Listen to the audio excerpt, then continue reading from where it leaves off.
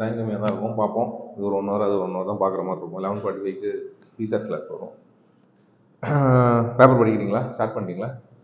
Subscribe பண்ணிட்டீங்களா? ஆஃப்லைனா ஆன்லைனா? லைப்ரரியில் படிக்கிறீங்களா? ஓகே. கிடைக்குதா? போனோடனே உங்களுக்கு இந்து பேப்பர் கிடைக்குதா? சேர்ந்து படிக்கிறீங்க. அவங்களும் சில பேர் படிக்கிறாங்களா யூபிஎஸ்சி? Very good. அந்த மாதிரி சர்க்கிள் இருந்தால் சந்தோஷம்தான். அது பாசிட்டிவாக யூஸ் பண்ணுங்கள், காம்படிஷனாக யூஸ் பண்ணுங்கள். நீங்கள் பேப்பர் வாங்கிட்டீங்களா? ஆஃப்லைனா ஆன்லைனா? வீட்லேயே வருதா? ஓகே. ஸோ டெய்லி பார்க்க ஆரம்பிச்சிட்டிங்களா?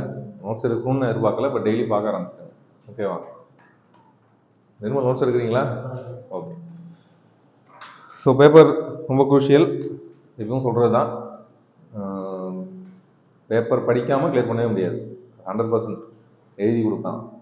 பேப்பர் படிக்காமல் நான் கிளியர் பண்ணுறேன் சார் அப்படின்னா நடக்காத காரியம்.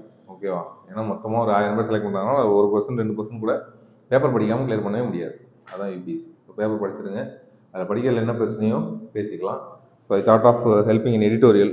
ஸோ மேஜராக நீங்கள் என்னென்ன எடிட்டோரியல் பேசுனாங்க இந்த இது வரைக்கும் மார்க்ஸில் 2 வீக்ஸில் அப்படிங்கிறதையாச்சும் நம்ம பேசிடலாம். சரியா? ஏன்னா அதுதான் கஷ்டமாக இருக்கும். இப்போதைக்கு நீங்கள் ஒரு ஸ்டேஜுக்கு வந்திருப்பீங்க. ஒரு நியூஸ்னால் வாட் இஸ் வாட்லேருந்து எடுக்கிறது தெரிஞ்சிருக்கும். ஏதாவது ஒரு பாடி வருது, ஏதாவது ஆர்கனைசேஷன் வருது அப்படின்னா அதை பற்றி கூகுளில் சர்ச் பண்ணி அதாவது நோட்ஸ் இருக்கு. ஏன்னா நோட்ஸ் காமிச்சாங்க போன கிளாஸில், அதெல்லாம் கற்றுக்கிட்டாங்க, ஓரளவுக்கு எடுக்க ஆரம்பிச்சிட்டாங்க நியூ கம்மர்ஸ். எடிட்டோரியல் தான் கஷ்டமாக இருந்திருக்கும். ஸோ எடிட்டோரியல் இன்றைக்கி ஒரு லேயர் பார்ப்போம், போக போக ப்ராக்டிஸில் வரும்.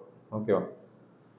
ஸோ இது வந்து ஃபர்ஸ்ட் வீக்கில் வந்து editorial mountains of plastic are choking in Himalayan states. So என்ன கண்டெக்ஸ்ட் அப்படின்னா ஹிமாலயாவில் பொல்யூஷன். ஓகேவா? ஹிமாலயாஸில் pollution. First you have to identify. என்ன பண்ணணும்? முதல் வேலை என்ன? பொல்யூஷன் எழுதிட்டு then you have to identify GS எங்கே யூஸ் பண்ண போகிறீங்க அப்படின்னு சொல்லி. ஜிஎஸ் 1-3 எங்கெல்லாம் யூஸ் பண்ணலாம்?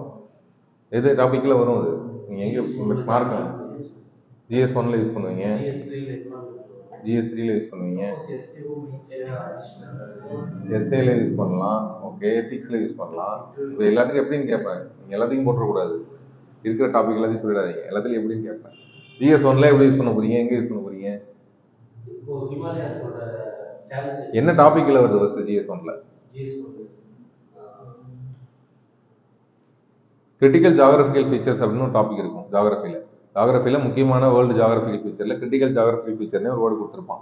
முக்கியமான ஃப்ளோரா ஃபவுனா அண்டு ரிசோர்சஸ். அப்புறம் கிரிட்டிக்கல் ஜியோகிராபிக்கல் ஃபீச்சர்னா இந்த ஐஸ் கேப்ஸு, இந்த மாதிரி பெரிய பெரிய முக்கியம். ஹிமாலயாஸுங்கிறது வேர்ல்ட்லேயே முக்கியமான ஒரு அமௌண்ட்டு. அதுக்கு பிரச்சனை அப்படின்னா வேர்ல்டுக்கே பிரச்சனை. இப்போ பிரேசில் காடுகள், அமேசான் ஃபாரஸ்ட், ஸோ அந்த மாதிரி ஃபீச்சர்ஸில் ஏதாவது பிரச்சனைனா அது வந்து கொஸ்டின் கேட்பான். அது ஜிஎஸ் 1ல ஜியோகிராஃபி கீழே வரும்.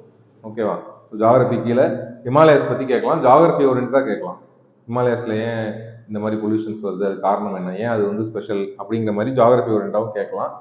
இல்லை ஜிஎஸ் 3 போனீங்க அப்படின்னா அதில் இந்த டாப்பிக்கில் வரும், என்வரான்மெண்ட்டில் பொல்யூஷன் அப்படிங்கிற டாப்பிக்கில் வரும். ஸோ பொல்யூஷன்னால நம்ம அர்பன் வேஸ்ட்டு பொல்யூஷன்லேருந்து ஹிமாலயாஸ் வரைக்கும் பொல்யூட் பண்ண ஆரம்பிச்சிட்டோம். ஹிமாலயாஸில் என்ன இஷ்யூ? இல்லை இது ரிலேட் தான். ஏன் பொல்யூஷன் ஹிமாலயாஸில்? டூரிசம் அதிகமாகிடுச்சு, கிளைம் பண்ணுறாங்க அதிகமாக.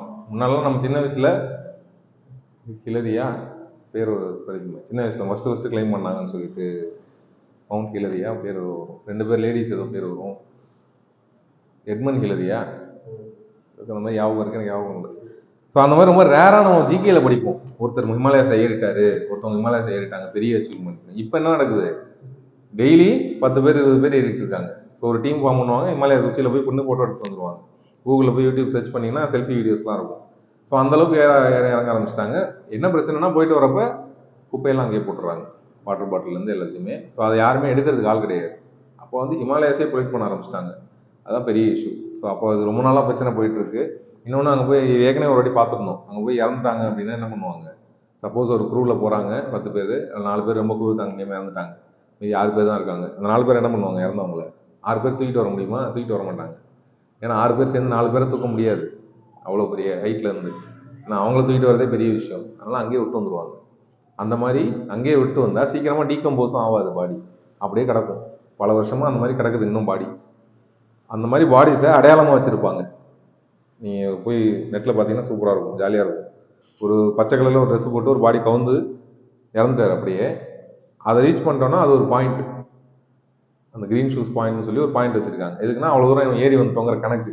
ஸோ அந்த இறந்த பாடிஸையே அவங்க வந்து லேண்ட்மார்க்காக யூஸ் பண்ண ஆரம்பிச்சிட்டாங்க. அது இன்னும் அப்படியே கிடக்கு அங்கேயே. கவர்மெண்ட்டும் போய் செலவு பண்ணி எடுக்க மாட்டாங்க, ஆள் அமைச்சு எடுக்க மாட்டாங்க. எதுக்கு? சொந்தக்காரங்களும் அவ்வளோ செலவு பண்ணி போய் எடுக்க முடியாது. ஸோ இந்த மாதிரி ஸ்டார்ட் பண்ணி அப்புறம் போடுற பொல்யூஷன், இதுதான் மேஜர் இஷ்யூ. ஓகேவா? ஸோ இப்போ GS3ல பொல்யூஷன்ல கொஸ்டின் கேட்கலாம். ஒய் ஹிமாலயாஸ் பொல்யூஷன் என்ன பண்ணலாம், வாட் இஸ் த சொல்யூஷன் கேட்கலாம். GS1ல ஜாகிரபி, ஹிமாலயாவோட ஜாகிரபிக்கல் ஃபீச்சர், ஏன் ஹிமாலயாஸ் இம்பார்ட்டன்ட், அந்த மாதிரி கேட்கலாம். எஸ்ஏல ஜென்ரலா பொல்யூஷன் அப்படிங்கிற டாபிக் கீழே ரொம்ப பெருசா வரும். சும்மா ஹிமாலயாஸ்ன்னு கேட்க மாட்டாங்க. ஹியூமன்ஸ் பொல்யூஷன் என்னென்னலாம் பண்றாங்க அப்படிங்கிற மாதிரி ரொம்ப ஜென்ரலா கேட்பாங்க. அப்ப நீங்க வீட்டு பொல்யூஷன் ஆரம்பிச்சு ஹிமாலயாஸ் பொல்யூஷன் வரைக்கும் மொத்தமா எழுதுற மாதிரி இருக்கும். எத்திக்ஸ்ல எப்படி கேட்கலாம்? Any idea? சும்மா கெஸ் பண்ணுங்க. எப்படி ப்ரிவென்ட் பண்றது? ஓகே, எத்திக்கலா யோசிங்க. ஒன்றும் இல்லை, எத்திக்ஸ்னா நான் ரைட்டா வாங்க, அவ்வளோதான். இது தப்பா ரைட்டா அப்படின்னு பேசுறது தான் எத்திக்ஸ். அப்போ ஹிமாலயாஸ்லேயே போய் பொல்யூட் பண்றியே, டூரிசம் வந்து ரைட்டா வாங்க. நீ டூரிசம் வந்து ஒரு இடத்துக்கு போற, இப்போ ஒரு ட்ரைபல் பீப்புள் இருக்காங்க, ஒரு காட்டுக்குள்ள வந்து ஒரு ரொம்ப ஐசோலேட்டடா இருக்காங்க, அங்கே போய் டூரிசம் அலோவ் பண்ண மாட்டோம். ஏன் அப்படின்னா சும்மா இருக்க மாட்டான், இங்கே போயிட்டு அவங்களுக்கு எடுத்துட்டு வந்துடுவாங்க, அவங்கள ஏதாவது பிரச்சனை பண்ணிட்டு வந்துடுவாங்க, டிஸ்டர்பன்ஸ் வரும், அவங்களுக்கும் ஒத்து வராது, உள்ள வந்து அவங்க சண்டை போடுவாங்க. ஸோ அதனால அங்கே அலோவ் பண்ண மாட்டோம். அப்போ ஹிமாலயாஸும் அதே மாதிரி தானே, it should not be disturb தானே. அப்போ என்வரான்மெண்டல் எத்திக்ஸ்னே ஒரு டாபிக் இருக்கு. என்வரான்மெண்ட்ல எந்த அளவுக்கு நம்ம யூஸ் பண்ணிக்கலாம். ஏன்னா இப்போ நம்ம போய் ஒரு உருளைக்கிழங்கு பறிச்சு சாப்பிட்றோம் அப்படின்னா, அந்த உருளைக்கிழங்கு நமக்காக செஞ்சுட்டு, அந்த உருளைக்கிழங்கு எதுக்கு செஞ்சுச்சு, அந்த பூ எதுக்கு பூத்துச்சு, இட் இஸ் ஃபார் அதோட ரீப்ரொடக்ஷன். அந்த கலர் கலராக பூ பூக்கிறதுக்கு காரணம் ஏதாவது ஒரு வண்டு வரும், வண்டு வந்துச்சுன்னா அப்போ இது ரீப்ரொடக்ஷன் ஹெல்ப் பண்ணும், இது போய் இன்னொரு குட்டி போடலாம், அதுக்காக தான் பண்ணுது. அதுக்கு தான் அந்த கலர் கலராக வச்சிருக்கு. சாப்பாடையும் அது சேர்த்து வச்சிருக்கிறது அதுக்காக தான் சேர்த்து வச்சிருக்கு, ஸ்டார்ச்சாக கன்வெர்ட் பண்ணி. ஸோ நம்ம போய் பறிச்சு சாப்பிட்றோம். ஸோ என்வரான்மெண்டல் எத்திக்ஸ்ங்கிறது இங்கே சின்னதாக இந்த கொஸ்டினில் ஆரம்பிச்சு ஹிமாலயாஸில் நம்ம போய் அதை யூஸ் பண்ணிட்டு நம்ம பொல்யூட் பண்ணுறது ரைட்டாக வாங்க. ஸோ என்வரான்மெண்ட் நம்ம கொடுக்குது அப்படின்னா ஹியூமன்ஸ் என்ன நினைச்சாலும் என்வரான்மெண்ட்டை பண்ணலாமா அப்படிங்கிற கொஸ்டின் வரும். ஸோ அந்த மாதிரி எத்திக்கல் ஆங்கிளில் கேட்கலாம், ரைட்டாக ராங்கா, நீங்கள் வந்து இந்த மாதிரி ஹிமாலயாஸில் பொல்யூஷன் பண்ணுறதெல்லாம் உங்களோட உரிமையா இல்லையா, இல்லை என்வரான்மெண்ட்டுக்கு உரிமை அதிகமா, அந்த மாதிரி எத்திக்கலில் கேட்கலாம். இது எதுக்கு அப்படின்னா இந்த மாதிரி ஆங்கிளில் திங்க் மட்டும் பண்ணால் போதும். நான் ஒரு ஆங்கிளையும் நோட்ஸ் எடுத்து வைக்க சொல்லலை. நீங்கள் நோட்ஸ் ஜென்ரலாக தான் எடுத்தாகும். அடுத்து நம்ம பார்க்கலாம் எப்படி இந்த ஐட்டூர்லேருந்து நோட்ஸ் எடுக்கணும். நோட்ஸ் ஜென்ரலாக தான் எடுக்கணும். ஆனால் நீங்கள் திங்க் பண்ணுறது இந்த மாதிரி திங்க் பண்ணிக்கோங்க. ஆனால் எழுதுறப்ப GS1க்கு தனியாக நோட்ஸ் எடுக்கிறேன், 3க்கு தனியாக நோட்ஸ் எடுக்கிறேன், ஒரே டாப்பிக்கை நாளாக பிரித்து எடுக்க முடியாது. டாப்பிக்கு ஒரு நோட்ஸ் தான், அதில் முக்கியமாக என்ன பேசுகிறாங்களோ அதெல்லாம் எடுத்து வச்சுக்க வேண்டியதான். ஆனால் அப்ரோச் நீங்கள் யோசிக்கிறப்ப இதில் கேட்டால் இப்படி எழுதிக்கலாம் அப்படி எழுதிக்கலாம்னு ஒரு ஐடியா கிரியேட் பண்ணிக்கணும். ஸோ தட் அப்போ தான் எங்கே வேணால் மார்க்காக மாற்றிக்கலாம். சரியா? ஸோ இந்த எஸ்ஏ எத்திக்ஸ்லாம் வந்து புதுசாக படிக்க ஆரம்பிக்கிறவங்களுக்கு கஷ்டமாக இருக்கும். ஏன்னா இது வரைக்கும் நம்ம அதெல்லாம் எக்ஸ்போஸ் ஆகல. இது நாள் கழிச்சு அந்த சப்ஜெக்ட்லாம் இன்ட்ரடியூஸ் பண்ணதுக்கப்புறம் கிடைக்கும். ஆனால் GS 1, 2, 3 சிலபஸ் டிஸ்கஷன் வந்திருக்கேன். ஸோ அது வரைக்கும் நீங்கள் திங்க் பண்ணலாம் GS3ல எப்படி இருக்குது. ஏன்னா அதில் ஒரு வேர்டையும் எடுத்து டிஸ்கிரைப் பண்ணியிருக்கோம். என்வரான்மெண்ட்னா என்ன, அதில் என்ன கொஸ்டின்ஸ் வரும்னு பேசியிருக்கோம். ஸோ அதனால் அந்த வரைக்கும் திங்க் பண்ணலாம். ஓகேவா? ஸோ இதில் என்ன பேசியிருந்தாங்க மேஜராக, யாராவது படிச்சிங்களா? யாரும் படிக்கலையா? பிளாஸ்டிக் பொல்யூஷன் தான் அதிகமாக பேசியிருந்தாங்க. ஸோ பிளாஸ்டிக்ஸ் அப்படிங்கிறது என்ன மேஜர் இஷ்யூ. நான் சொன்னது இந்த பாடிஸ், டெட் பாடிஸ், அதெல்லாம் ஒரு ஆங்கிள். அதெல்லாம் பிளாஸ்டிக்ஸ் தான் மேஜராக பேசியிருந்தாங்க. ஓகேவா? அப்புறம் என்னென்ன ரூல்ஸ் இருக்குது, அதில் என்னென்னலாம் பண்ணணும். அந்த ஹிமாலயாவில் நிறைய மாநிலங்கள் இருக்குது. ஹிமாலயாஸுங்கிறது இந்தியாவோட சொத்து, உலகத்தோட சொத்து தான். பட் அங்கே நிறைய மாநிலங்கள் இருக்குது. உத்தராகண்ட்லேருந்து ஆரம்பிச்சு உத்தரப்பிரதேஷ் இருக்குது, பீகார் இருக்குது, அந்த மாதிரி மாநிலங்கள் இருக்குது, சிக்கிம்லாம் இருக்குது. ஸோ அந்த மாநிலங்களோட ரோல் என்னென்னலாம் பேசியிருந்தாங்க.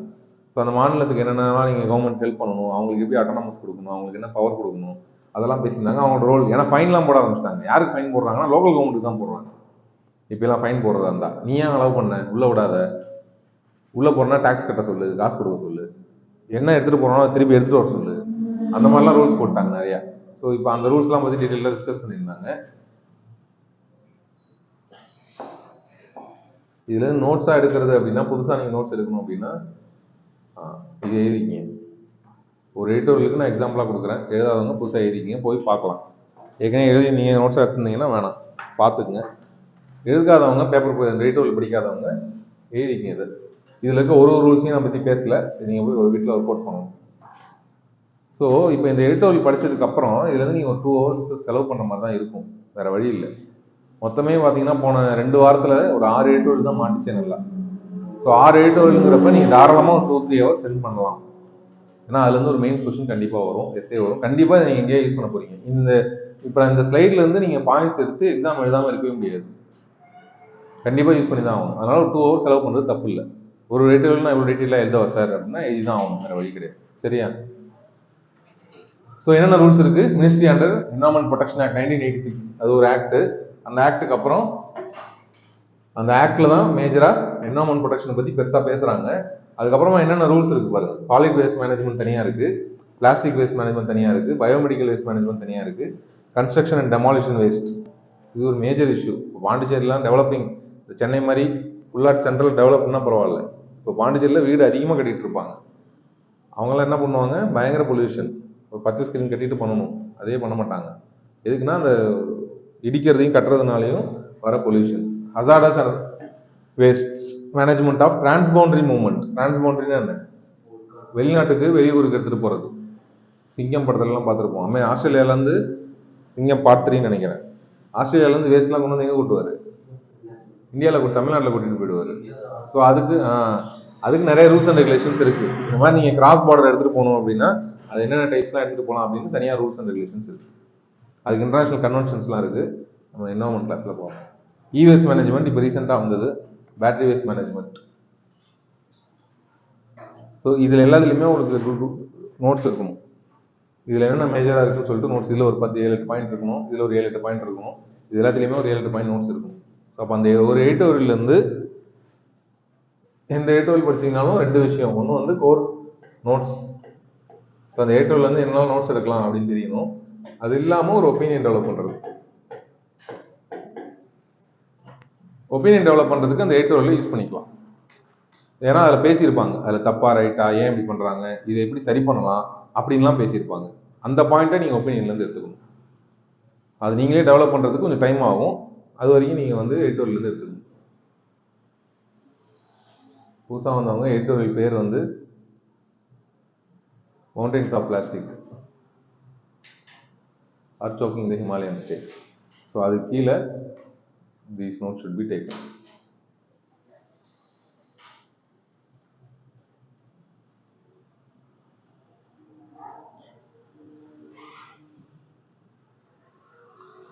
ஸோ 8 படிக்கிறப்ப எப்பவுமே சொல்லியிருக்கேன், ஃபஸ்ட்டு ஒரு பேராகிராஃபும் லாஸ்ட் பேராகிராஃபும் படித்து பாருங்கள். ஸோ அதிலே வந்து அந்த 8 என்ன சொல்ல போகிறாங்கன்னு புரிஞ்சிடும். அதுக்கப்புறமா அந்த 8 வேணுமா வேணாமான்னு டிசைட் பண்ணிடலாம்னு சொல்லுவேன். Plastic is ubiquitous everywhere. உபிக்தோஸுங்கிறது புதுசாக ஒரு வார்த்தை கிடச்சிருக்கு. இதுவும் சொல்லியிருந்தேன், டெய்லி ஒரு வேர்டு 2 வேர்டாச்சும் எழுதுங்கன்னு சொல்லிட்டு. உபிக்தோஸ்னால் எங்கே பார்த்தாலும் இருக்குன்னு அர்த்தம். அது இல்லாத இடமே கிடையாது. பிளாஸ்டிக் இல்லாத இடம் தான் இருக்கா இன்னைக்கு தேதிக்கு? உங்கள் ஹார்ட்டில், உங்கள் லங்ஸில், உங்கள் கிட்னியில் முதற்கொண்டு பிளாஸ்டிக் இல்லாத இடமே கிடையாது. ஓகேவா? எல்லா இடத்துலையும் இருக்குது. பார்சல் வாங்கி சாப்பிட்றப்ப இருக்கிற மைக்ரோ பிளாஸ்டிக்லாம் நம்ம வயிற்றுக்குள்ளே தான் போகுது. அதுக்கப்புறம் அது எல்லாமே இன்னும் கொஞ்ச நாள் நம்ம வந்து சூப்பர் ஹியூமன்ஸாக மாறிடுவோம். உடம்புல பயாலஜிக்கல் இல்லாமல் அதிகமாக பிளாஸ்டிக்ஸும் அதிகமாக இருக்கும். ஓகேவா? ஸோ பிளாஸ்டிக் இல்லாத இடமே கிடையாது. அப்புறம் அந்த மேக்கப்பில் தான் அந்த மைக்ரோ பிளாஸ்டிக்ஸ் வரும். அது வந்து தண்ணியில் கலந்து திருப்பி வாட்டரில் கலந்துச்சுன்னா உள்ளே வந்துடும் மறுபடியும். ஸோ மைக்ரோ பிளாஸ்டிக்ஸ் அதான் மேஜராக பேசியிருந்தாங்க. Formed by the degradation and fragmentation of large plastic pieces that are improperly disposed of. பெரிய பெரிய பிளாஸ்டிக்கை ஒழுங்காக பண்ணலாம், மைக்ரோ பிளாஸ்டிக்ஸாக மாறுது. The Indian Himalayan region is critical source of water in subcontinent, feeding a number of major rivers of India that includes the Indus, Ganges and Brahmaputra river. நான் சொன்னேன்ல, GS1ல question கேட்கலாம், GS3ல கேட்கலாம்னு. GS1லேருந்து இந்த 8 கொஸ்டின் கேட்டால் என்ன பண்ணுவாங்க, இந்த லைன் அப்படியே கொடுத்தே கேட்கலாம். Himalayan region is very important for the subcontinent, 3 major ரிவர்லாம் வருது அப்படின்னு ஒரு ஸ்டேட்மெண்ட் கொடுத்துட்டு அதில் என்ன பிரச்சனைன்னு கேட்டாங்கன்னா இட்ஸ் ஜியாகிரபி கொஸ்டின். அப்போ அந்த ஸ்டேட்மெண்ட்டை நீங்கள் அட்ரஸ் பண்ணணும். ஒரு அரை பேஜுக்கு அந்த ஸ்டேட்மெண்ட் எழுதணும். ஆமாம் சார், ஹிமாலயாஸ் இங்கே இருக்குது அப்படின்னு படம் போடணும். ஜியாகிரபியில் படம் போட்டு ஆகணும். ஸோ இந்த மாதிரி ஆங்கிளில் கேட்குறான்னா ஜியாகிரபி பேஸ்டு கொஸ்டின் GS1ல கேட்பான். So second half of the answer தான் என்ன பிரச்சனைன்னு பேசியிருப்பான். அப்போ தான் நீங்கள் மிச்சத்தை எழுதுற மாதிரி. GS3ல போயிட்டீங்க அப்படின்னா ஹிமாலயாஸ்னா இதுதான் சார், ரிவர்ஸ் வருதுலாம் கேட்க மாட்டான். அப்போ நீங்கள் அங்கே போயிட்டு ஹிமாலயாஸ் படம் போடணும்னு அவசியம் கிடையாது. ஹிமாலயாஸ் இங்கே தான் இருக்கணும்னு காட்டணும்னு அவசியம் கிடையாது. அவன் எதிர்பார்க்க மாட்டான். GS3ல தான் கேட்பான், என்ன பொல்யூஷன் பிரச்சனை, யார் பண்ணுறாங்க, எப்படி சரி பண்ணுற, என்னென்ன ரூல்ஸ் இருக்குன்னு கேட்டுருவோம். அப்போ டேரெக்டாக நீங்கள் அடுத்த ஸ்லைடில் இருக்க அந்த ரூல்ஸ்லாம் எழுத ஆரம்பிச்சிடலாம். அங்கே போயிட்டு ஹிமாலயாஸை வரையக்கூடாது. இதுக்கு தான் நான் வந்து எல்லா ஆங்கிலையும் யோசிக்க கற்றுக்குங்க. GS1லையும் யோசிங்க, 3லையும் யோசிங்கன்னு சொன்னது காரணம் இருக்கும். சரியா? Unscientific plastic disposal is causing soil and water pollution in the Indian Himalayan region and impacting its biodiversity, which is having an adverse impact on the freshwater resource that communities downstream depend on. So மொத்தமாக அந்த biodiversity, அங்கே இருக்கிற உயிரினங்கள் எல்லாத்துக்கும் சேர்த்து பேசுகிறாங்க, water pollution பேசுகிறாங்க, அது கீழே ஹிமாலயாஸுக்கு கீழே பார்த்தீங்கன்னா உத்தரப்பிரதேஷ், பீகார் அங்கே வாழ்கிற கம்யூனிட்டிஸை பற்றி பேச போகிறாங்க. இதுதான் கண்டெக்ஸ்ட். இந்த பேரா படிச்சோன்னே உங்களுக்கு இதை பற்றி என்ன பேச போகிறாங்கன்னு புரிஞ்சிடும். அப்புறம் லாஸ்ட் பேரா படிச்சு பாருங்க. Data gaps in terms of quantum and quality of waste. இந்த மாதிரி சின்ன சின்ன வார்த்தைகள் புரியல அப்படின்னா வேகமாக படிச்சுட்டு போயிடுங்க. அந்த ஒரு ஒரு லைனும் புரியல அப்படின்னா அதை உட்காந்து நோண்டிட்டு இருக்கக்கூடாது. இது வந்து ஒரு பெரிய பேராகிராஃப், பெரிய புக்கு படிக்கிறதுக்கான டெக்னிக். ஒரு பெரிய நாவல் படிச்சுட்டீங்கன்னா என்ன பண்ணுவோம்? நாவலில் 4 வார்த்தை புரியல, 4 லைனே புரியல, ஒரு பேராகிராஃபே புரியல, என்ன பண்ணுவோம்? அடுத்தது ஸ்கிப் பண்ணிட்டு போயிட்டு இருப்போம். ஏன்னா கதை புரிஞ்சா போதும்னு படிச்சுட்டு இருப்போம். ஓவரால் பிக்சர் தெரிஞ்சா போதும். புரியுதா? அந்த ஒரு லைன்லேயே உட்காந்துங்கன்னா அதுக்கே 1 hour ஆகும். ஸோ முடிஞ்ச அளவுக்கு ஸ்கிப் பண்ணி படிங்க. ஓவரால் ஐடியா கிடைக்குதான்னு பாருங்க, முக்கியமான பாயிண்ட்ஸ் கிடைக்குதான்னு பாருங்க. அதுக்கப்புறம் டைம் இருந்தால் அதில் என்ன சொல்லியிருக்கான்னு ஒரு லைனை உட்காந்து ட்ரை பண்ணுங்க. சரியா? ஒரு லைன் புரியலன்னு அங்கேயே மாட்டிக்காதீங்க. கொஞ்சம் ஸ்கிப் பண்ணி படிக்க ட்ரை பண்ணுங்க. Data gaps in terms of quantum and quality of waste being generated in the Indian Himalayan region state should be plugged. Data caps, எவ்வளோ டேட்டா இருக்குன்றத ஓட்டை அடைக்கணும், ப்ளக் பண்ணணுங்கிறாங்க. Convergence in existing scheme such as SBM, Swachh Bharat mission, Mahatma Gandhi national rural employment guarantee act. ஏன் MGNREGA இங்கே வருது? பொல்யூஷனுக்கு MGN ரேகாவுக்கு என்ன சம்பந்தம்? அவங்க யூஸ் பண்ணி தான் க்ளீன் பண்ணுவாங்க. எம்ஜிஎன் ரேகாவில் என்ன பண்ணுவாங்க? Mahatma Gandhi national rural employment programme, 100 நாள் வேலை திட்டம். அவங்க கூட்டு போய் தான் இந்த மாதிரி சின்ன சின்ன வேலையெல்லாம் பண்ணலாம். அவங்க ஏதாவது சம்பளம் கொடுக்கணும், ஏதாவது வேலை கொடுத்து, என்ன வேலை கொடுக்குறதுன்னு தெரியல, கூட்டு போவாங்க. சும்மா ரொம்ப நாளாக கிணறு க்ளீன் பண்ணாமல் இருக்கும், உங்கள் மாதிரி குளம் ஏதாவது க்ளீன் பண்ண தூர்வாரி வை அப்படின்னு சொல்லுவாங்க. அந்த மாதிரி கொடுக்குறதுக்காக. ஸோ அவங்கள யூஸ் பண்ணலாம். Finance commission grants could be use to create infrastructure, maintain and run operations. So finance commission last கிளாஸில் பார்த்தோம். லாஸ்ட் கிளாஸில் நோட்ஸ் எடுக்க சொன்னேன்னு நினைக்கிறேன். ஃபினான்ஸ் கமிஷன் பார்த்துட்டு வாங்க என்னென்ன ரெக்கமெண்டேஷன்ஸ் வந்துச்சுன்னு சொல்லிட்டு. யாராவது பார்த்தீங்களா? லாஸ்ட் 2 ரெக்கமெண்டேஷன்ஸ் ஆச்சும் பாருங்கன்னு சொன்னேன். கடைசியாக ஐடியா கிடைக்குதான்னு. சரி, ஓகே. ஸ்வச் பாரத் கோஸ்ட் ட்ரஸ்ட், புதுசாக ஒரு வேர்டு வந்திருக்கு. Set up to facilitate channelisation of philanthropic contributions. பிலாந்த்ரோபிக்னு என்ன? கார்பரேட், அந்த மாதிரி வெளியிலேருந்து சோஷியல் சர்வீஸ்லேருந்து பண்ணுவாங்க. ஏதாவது ஒரு கார்பரேட் சோஷியல், கார்பரேட்டில் இருக்கவங்க டொனேஷன் பண்ணுவாங்க, அதெல்லாம் யூஸ் பண்ணலாம்னு சொல்கிறாங்க. ஸோ லாஸ்ட்டாக வந்து Amrut, Atal mission for rejuvenation and urban transformation. So first படிக்கிறவங்க அம்ருத்னா என்னன்னு தெரியாது. அப்படிங்க அம்ருத்னு ஒரு பாக்ஸ் போட்டு ஒரு 4 லைன் எழுதி வைக்கணும். இதை செகண்ட் டைம் படிக்கிறீங்கன்னா அம்ருத் படிக்க தேவையில்லை. ஒரு சீனியர் ஆஸ்பிரண்டாக இருக்கார், ஒரு 6 மாதம் 1 வருஷம் படிச்சுட்டாருன்னா அவருக்கு அம்ருத்னா ஓரளவுக்கு தெரியும். அது திருப்பி அங்கே நோட்ஸ் எடுக்க மாட்டார். புதுசாக ஆரம்பிக்கிறவங்க இவ்வளோ பெரிய எடிட்டோரியலில் சம்மந்தமே இல்லாமல் அம்ருத் ஒரே ஒரு பாயிண்ட் தான் இருந்தாலும் அதை எடுத்து தான் ஆகணும். அதனால தான் எடிட்டோரியல் டைம் எடுக்கும், ஒரு 4 மணி நேரம் கூட ஆகும், தப்பு இல்லை. இது நீங்கள் பண்ணால் மட்டும்தான் ப்ரொசீட் பண்ண முடியும். சரியா? மொத்தமே இந்த 2 வாரத்துக்கு சேர்த்து ஒரு 6 எடிட்டோரியல் தான் வந்திருக்கு முக்கியமான படிக்கிற மாதிரி. நல்லா தாராளமாக நீங்கள் ஒரு 4 hours செலவு பண்ணலாம். வேறு வேலை கிடையாது பெருசாக. இப்போ யூபிஎஸ்சின்னு சொல்லிட்டு ஒரு 4 மணி நேரம் செலவு பண்ணு. ஓகே.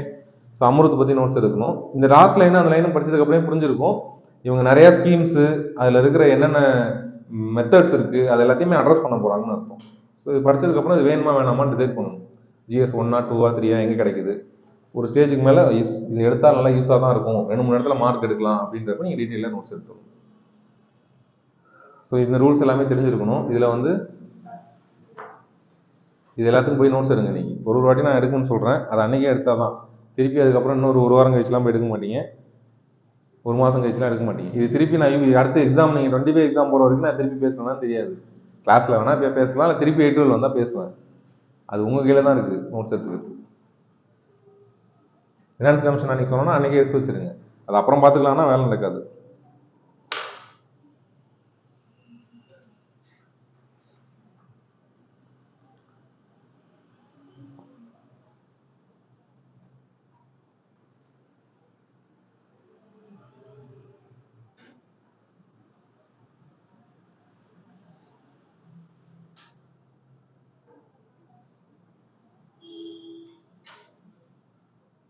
ஸோ இதை நான் எங்கேருந்து எடுத்திருப்பேன்?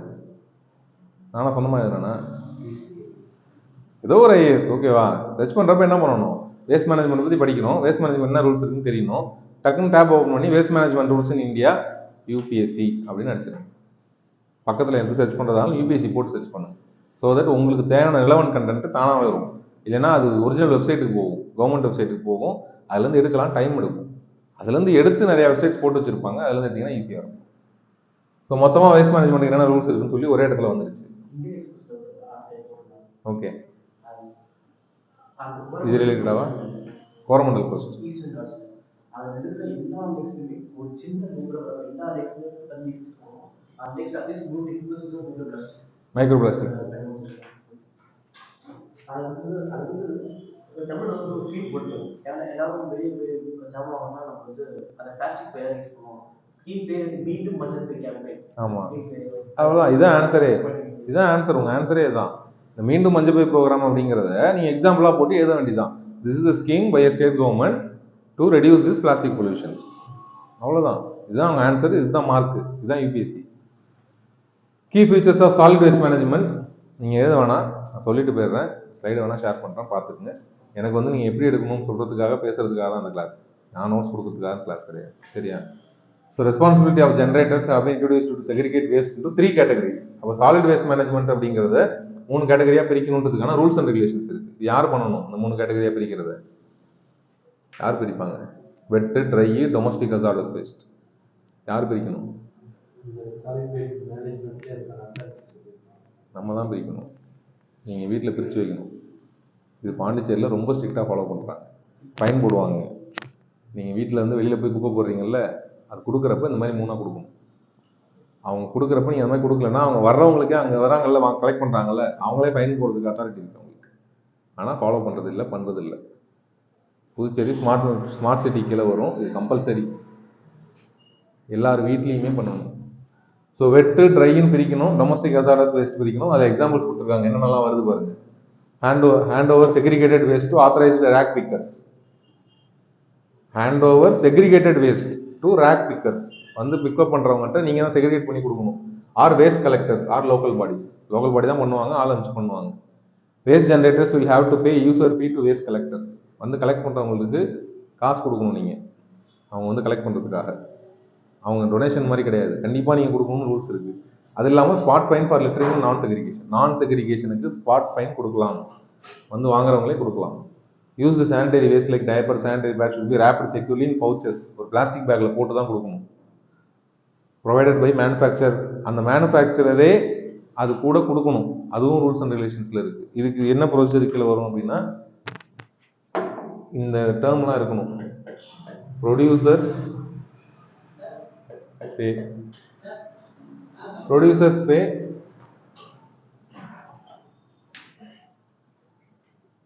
ப்ரொடியூசர்ஸ் பே தான் நினைக்கிறேன், ஃபார் இட் அதை வரும். ஸோ இந்த term producers pay for it something வரும். இந்த டேர்ம்லாம் ஆன்சரில் இருக்கணும். என்னன்னா யார் தயாரிக்கிறாங்களோ அவங்க தான் ரெஸ்பான்சிபிள். அந்த டயப்பர் யார் தயாரிக்கிறாங்களோ அவங்க தான் ரெஸ்பான்சிபிள் அப்படின்ற மாதிரி வரும். அதை யூஸ் பண்ணுறவங்களும் ரெஸ்பான்சிபிள் தான், ஆனால் ப்ரொடியூஸ் பண்ணுறவங்களுக்கு ரெஸ்பான்சிபிலிட்டி இருக்குது. அப்போ ப்ரொடியூஸ் பண்ணுறவங்களும் என்ன பண்ணணும், அது கூட அதை எப்படி டிஸ்போஸ் பண்ணுறதுக்குன்னு ஒரு கூட எதாவது கொடுக்கணும், கேரி பேக் எதாவது கொடுக்கணும். ஆனால் அதுவும் பண்ண மாட்டாங்க. ப்ரொடியூசர்ஸ் பே ஃபார் இட் அப்படிங்கிறது ஒரு rules. So manufacturers, brand owners, இது எல்லாமே எது கீழே வருதுன்னா வெறும் சாலிட் வேஸ்ட் மேனேஜ்மெண்ட் மட்டும் கீழே மட்டும்தான் வருது. அது இல்லாமல் இன்னும் எவ்வளோ இருக்கு பாருங்க. வேஸ்ட் மேனேஜ்மெண்ட் அப்படிங்கிறது பெரிய டாபிக். இந்த ரூல்ஸ் அண்ட் ரெகுலேஷன் எல்லாமே தெரிஞ்சிருக்கணும். இதை வச்சு தான் நீங்கள் எழுதுற மாதிரி இருக்கும். The concept of partnership in Swachh Bharat has been introduced. இது லேட்டஸ்டாக பண்ணது. பல்க் அண்ட் இன்ஸ்டிடியூஷனல் ஜென்ரேட்டர்ஸ், பெரிய பெரிய college, institution, hospitals, market associations, event organisers, hotels and restaurants directly responsible for segregation sorting. ஒரு பெரிய விருந்து நடக்குது, கல்யாணம் நடக்குது, ஒரு ரெஸ்டாரண்ட் நடத்துகிறாங்க அப்படின்னா அவங்களே செக்ரிகேட் பண்ணி கொடுக்கணும். அது அவங்க பொறுப்பு. இல்லைன்னா காசு கட்டணும், ஃபைன் கட்டணும். Waste and managing in partnership with the local bodies. All manufacturers of disposable products such as tin, glass, plastic packaging, brand owners provide necessary financial assistance to local authorities for the establishment of waste management. அந்த மாதிரி மேனுஃபேக்சரர்ஸே என்ன பண்ணணும்னு சொல்லியிருக்காங்க, financial assistance பண்ணணுமா. யாருக்கு? Local bodies help பண்ணணும். அவன் அல்டிமேட்டாக அத்தாரிட்டி யார் மேலே போடுறான்? லோக்கல் பாடிஸ் மேலே போடலை. யார் ப்ரொடியூஸ் பண்ணுறானோ அவன் மேலே போட்டிருக்கான். லோக்கல் பாடிஸ் வெறும் ஹெல்ப் பண்ணுறவங்க தான். ஸோ நீங்கள் இப்போ யாரையுமே குறை சொல்ல முடியாது கவர்மெண்ட்டில். அவன் தெளிவாக ரூல்ஸ் போட்டான். கவர்மெண்ட் இஸ் நாட் ரெஸ்பான்சிபிள்னு சொல்லிட்டான். எங்களோட வேலை கலெக்ட் பண்ணுறது, அதை டிஸ்போஸ் பண்ணுறது தான். அரௌண்ட் 70% நினைக்கிறேன் இந்த எடிட்டோரியலே பேசியிருந்தாங்க. 70% of urban waste is processed. இன்னைக்கு தேதிக்கு இந்தியாவில் மொத்தம் அர்பன் வேஸ்ட் ப்ரொடியூஸ் ஆகிறதுல 70% தான் ப்ராசஸ் பண்ணுறாங்க. மீதி 30% ப்ராசஸ் பண்ணுறது இல்லை. அவ்வளோதான் பண்ண முடியுது. ஸோ அப்போ அது எல்லாமே கீழே எங்கேயா போய் மேடாக தான் நிற்கும். பாண்டிச்சேரியில் எங்கே போய் கொட்டுவாங்க பார்த்துருக்கீங்களா? 2 இடம் இருக்குது. சென்னையில் போகிற வழியில் பைபாஸில் போனீங்கன்னா தெரியும், பல்லாவரம் ரீஜனில் ஒரு பெரிய ஏக்கர் கணக்கில் கொட்டி வச்சுருப்பாங்க குப்பையை. அவ்வளோ குப்பையை கொட்டி வச்சுருப்பாங்க. ஸோ அந்த 30% அப்படி தான் போட்டு வச்சுருப்பாங்க. அதை என்னைக்காக எடுத்து வச்சு ப்ராசஸ் பண்ணுங்கிற ஒரு நம்பிக்கையில் பண்ணுறாங்க. அந்த எடிட்டோரியல்லே சர்க்குலர் எக்கனாமின்னு ஒரு கான்செப்ட் பேசியிருந்தாங்க. ஸோ அந்த மாதிரி புதுசாக ஒரு டேர்ம் பார்க்குறப்ப அதை பற்றி நோட்ஸ் எடுக்கணும். சர்க்குலர் எக்கனாமினா it's directly related to waste management. It is an economy where products are designed for durability, reuse and recyclability, and thus almost everything gets reused. இதுதான் மேஜர் கீ டேர்ம். சர்க்குலர் எக்கனாமினா திருப்பி சர்க்கிளில் விட்டுறது, use பண்ணுறது, reuse பண்ணுறது, சரி பண்ணி திருப்பி use பண்ணுறது, இந்த மாதிரி சுற்றிட்டே இருக்கணும், தூக்கி போட்டுறக்கூடாது. Remanufactured and recycled into a raw material or used as a source of energy. It includes 3 R's: reduce, reuse, recycle, refurbishment, recover and repairing of materials. இதெல்லாம் அப்படியே ஒரு ஆன்சரில் ஒரு பெரிய இதாக போட்டு நீங்கள் இப்படி போட்டுருவோம் அப்படின்னு போட்டிங்கன்னா சூப்பராக இருக்கும். இதுதான் உங்கள் answer. Focus on increasing productivity in terms of more efficient relation of measures. So இது எல்லாமே வந்து இன்னைக்கு நடக்கிறது இல்லை, ஆனால் நீங்கள் படிக்கணும்னு எதிர்பார்க்குறாங்க, நீங்கள் ரீப்ரொடியூஸ் பண்ணணும்னு எதிர்பார்க்குறாங்க. ஏன் அப்படின்னா இதெல்லாம் நாளைக்கு நடந்தாகணும். நீங்கள் வந்ததுக்கப்புறம் அடுத்த ஜென்ரேஷன்ஸில் இதெல்லாம் பண்ணி தான் ஆகணும். இன்றைக்கி அதை பண்ண முடியலன்றதுக்காக நம்ம குறை சொல்லிகிட்டே இருக்க முடியாது. இன்னொரு 100 days 200 days கழிச்சு இந்த சுச்சுவேஷன்லாம் நடக்க தான் போகுது. இதெல்லாம் நார்மலாகிடும். எந்த வீட்லேயுமே செக்ரிகேட் பண்ணாமல் வெளியே கொடுக்க மாட்டாங்க. அது 200 days கழிச்சு அதுதான் நடக்கும். அது எவ்வளோ சீக்கிரம் நடக்க வைக்கிறோங்கிறது தான் தேவை. ஓகேவா? 300 days முன்னாடி பார்த்தீங்கன்னா எல்லாரும் ஃபோன் வச்சுருப்பாங்கன்னா யாரும் ஒத்துக்க மாட்டாங்க. இன்றைக்கும் அதே மாதிரி தான். 200 days கழிச்சு எல்லாரும் செக்ரிகேட் பண்ணி தான் கொடுத்தாங்க, வேறு வழி இல்லை. ஏன்னா தண்ணி இல்லாமல் போகுது. ஆல்ரெடி பெங்களூரில் தண்ணி இல்லை, பாண்டிச்சேரியிலையும் தண்ணி இல்லாமல் தான் போகும். நீ திருப்பி திருப்பி செக்ரிகேட் பண்ணாமல் இருந்தீங்கன்னா உனக்கு குடிக்கிறதுக்கு தண்ணி இருக்காது. இது எல்லாமே நடக்க தான் போகுது. எதுனா எழுதிங்க, எல்லாம் நோட் பண்ணி வச்சுக்கோங்க, போய் பார்த்துக்கோங்க. இது எல்லாமே அந்த எடிட்டோரியலில் வந்தது. ஸோ ஒரு எடிட்டோரியலுக்கு பின்னாடி நோட்ஸ் அப்படிங்கிறது ஃப்ரெஷ்ஷாக எடுக்கிறீங்க அப்படிங்கிறப்ப நிறையா பேசுகிற மாதிரி தான் இருக்கும். இதுக்கு முன்னாடி நான் வேஸ்ட் மேனேஜ்மெண்ட் எடுக்கல அப்படின்னா நிறையா வேலை இருக்கும். எவ்வளோ முடியுமோ எடுங்க. இப்போ 2 hours 3 hours ஸ்பெண்ட் பண்ணலாம் தாராளமாக. இது ரொம்ப முக்கியம். இது வரைக்கும் இதுலேருந்து பெருசாக கொஸ்டின்ஸ் கேட்கல, ஆனால் கேட்க வாய்ப்பு அதிகம். வாட்டர் பாட்டில் எதாவது இருந்துச்சுன்னா பின்னாடி திருப்பி பாருங்கள். அந்த வாட்டர் பாட்டில் என்ன போட்டிருக்குன்னு பாருங்கள். இந்த சிம்பிள் எதாவது போட்டிருக்கும். யூஸ்வலாக 2 தான் போட்டிருப்பாங்க. அழிஞ்சு போச்சா? இருக்கா? கூல்ட்ரிங்க்ஸ் பாட்டிலெலாம் போட்டிருப்பாங்க. பிஇடி போட்டிருக்காங்களா? PET is not so much good. PET ஒரு HDPE ஓரளவுக்கு நல்லதுன்னு நினைக்கிறேன். ஸோ இந்த மில்க் பாட்டில்ஸு குழந்தைங்களுக்கு கொடுக்குறதெல்லாம் இந்த 2 சிம்பிள் போட்டிருப்பாங்க. ஓரளவுக்கு கொஞ்சம் சூடானாலும் ரொம்ப கோல்டானாலும் தாங்கும். இதெல்லாம் தாங்காது, இது கொஞ்சம் வீக்கர். தப்புறதெல்லாம் 2ல தான் வரும்னு நினைக்கிறேன். பாலிப்ரோபிலின், லோ டென்சிட்டி பாலிஎத்திலீன், இதெல்லாம் வந்து சாதா பேக்ஸ், நம்ம யூஸ் பண்ணுற bags, carry bags. Polyvinyl chloride pipes, PVC pipes, plumbing பைப்ஸ்லாம். ஹை டென்சிட்டி பாலிஎத்திலீன், HDPE, இந்த குழந்தைங்க பாட்டிலாம் அதெல்லாம் யூஸ் பண்ணுவாங்க. பாலிஎத்திலீன், PET, சாதா பாட்டில்ஸ் கொஞ்சம் தின்னாக இருக்கும், அந்த பாட்டில் யூஸ் பண்ணுறது. ஸோ இந்த கிளாசிஃபிகேஷன் தெரிஞ்சால் நல்லது. இது வரைக்கும் கேட்கல, நோட் பண்ணி வச்சுக்கோங்க. சரியா? இதில் போட்டிருக்கேன், பார்த்துக்கோங்க. இது சிம்பிள்ஸ். இதை பேஸ் பண்ணி தான் எவ்வளோ ரீயூஸ் பண்ணலாம், எது வந்து டீகம்போஸ் ஆகும் ஆகாதுங்கிறது இந்த கிளாசிஃபிகேஷன் வச்சு தான் டிசைட் ஆகும். ஸோ நீங்கள் பிளாஸ்டிக் இனிமேல் குடிக்கிறதுக்கு வாங்குறீங்கனாலும் இதில் எதுன்னு பார்த்துட்டு வாங்குங்க. சிலது மட்டும்தான் நல்லது, நல்லதும் கிடையாது. ஓரளவுக்கு டைரெக்டாக ரிஃப்ளெக்ட் ஆகாது. ஹீட் பண்ணோன்னே ரிலீஸ் பண்ணிடாது, கொஞ்சம் தாங்கும், அவ்வளோதான். அது டைப் 2 ஓரளவுக்கு தாங்கும்னு நினைக்கிறேன், வேறு ஒன்றும் இல்லை. இது பார்த்தீங்களா? Women's urban employment guarantee act. So இந்த எம்என்ரேகா இது வந்து நீங்கள் இவ்வளோ பெருசாக எழுத முடியாது. இப்போ நம்ம பொல்யூஷனுக்கு ரொம்ப நேரம் நோட் ஸ்பெண்ட் பண்ணோம்ல, அந்த மாதிரி எழுத முடியாது. National rural employment guarantee act, ஓகேவா? NREGA. இது எதில் ரெக்கமெண்ட் பண்ணியிருந்தாங்க அப்படின்னா, நேற்று நம்ம ஃபினான்ஸ் கமிஷன் பார்த்தோம், அட்மினிஸ்ட்ரேட்டிவ் ரிஃபார்ம்ஸ் கமிஷன் பார்த்தோம், ARC பார்த்தோம். ஞாபகம் இருக்கா? குவாலிட்டி கிளாஸ் போன கிளாஸில் ஃபுல்லாக டீட்டெயிலாக பார்க்கல, ஆனால் மென்ஷன் மட்டும் பண்ணியிருந்தேன். சென்டர் ஸ்டேட் ரிலேஷன் பார்த்துட்டு இருந்தோம் பாலிட்டியில். அந்த சென்டர் ஸ்டேட் ரிலேஷன்ஸில் சென்டருக்கும் ஸ்டேட்டுக்கும் நிறையா பிரச்சனைகள் வரும். அந்த பிரச்சனையை சரி பண்ணுறதுக்கு நிறையா கமிஷன்ஸ் போட்டாங்கன்னு சொல்லியிருந்தேன். இன்றைக்கி அந்த கமிஷன்ஸ் பார்ப்போம்னு சொல்லியிருந்தேன். அதில் ஸ்டேட் கமிஷன்ஸ் நிறையா போட்டிருக்காங்க, சென்ட்ரல் கமிஷன்ஸ் நிறையா போட்டிருக்காங்க. அந்த சென்டரில் போட்ட முக்கியமான கமிஷன்ஸ் அட்மினிஸ்ட்ரேட்டிவ் ரிஃபார்ம்ஸ் கமிஷன். அட்மினிஸ்ட்ரேஷனை எப்படிலாம் ரிஃபார்ம் பண்ணலாம் அப்படின்னு சொல்லிட்டு ARC. அதில் 2 போட்டாங்க, ARC 1 போட்டாங்க, ARC 2 போட்டாங்க. இந்த ARC 2ல் என்ன சொல்லியிருந்தாங்க அப்படின்னா, இந்த மாதிரி என்ரேகான்னு ஒன்று போடுங்கன்னு சொல்லியிருந்தாங்க. என்ரேகானா என்ன அப்படின்னா, national rural employment guarantee act. வருஷத்துக்கு 100 நாள் கண்டிப்பாக உங்களுக்கு வேலை இருக்கும், ஏதாவது ஒரு வேலையை கொடுத்துருவோம், சம்பளம் கொடுத்துருவோம். அதான் அந்த கேரண்டி ஆக்ட். அது கீழே தான் காங்கிரஸ் கவர்மெண்ட் என்ன போட்டாங்க, எம்ஜிஎன் ரேகான்னு போட்டாங்க.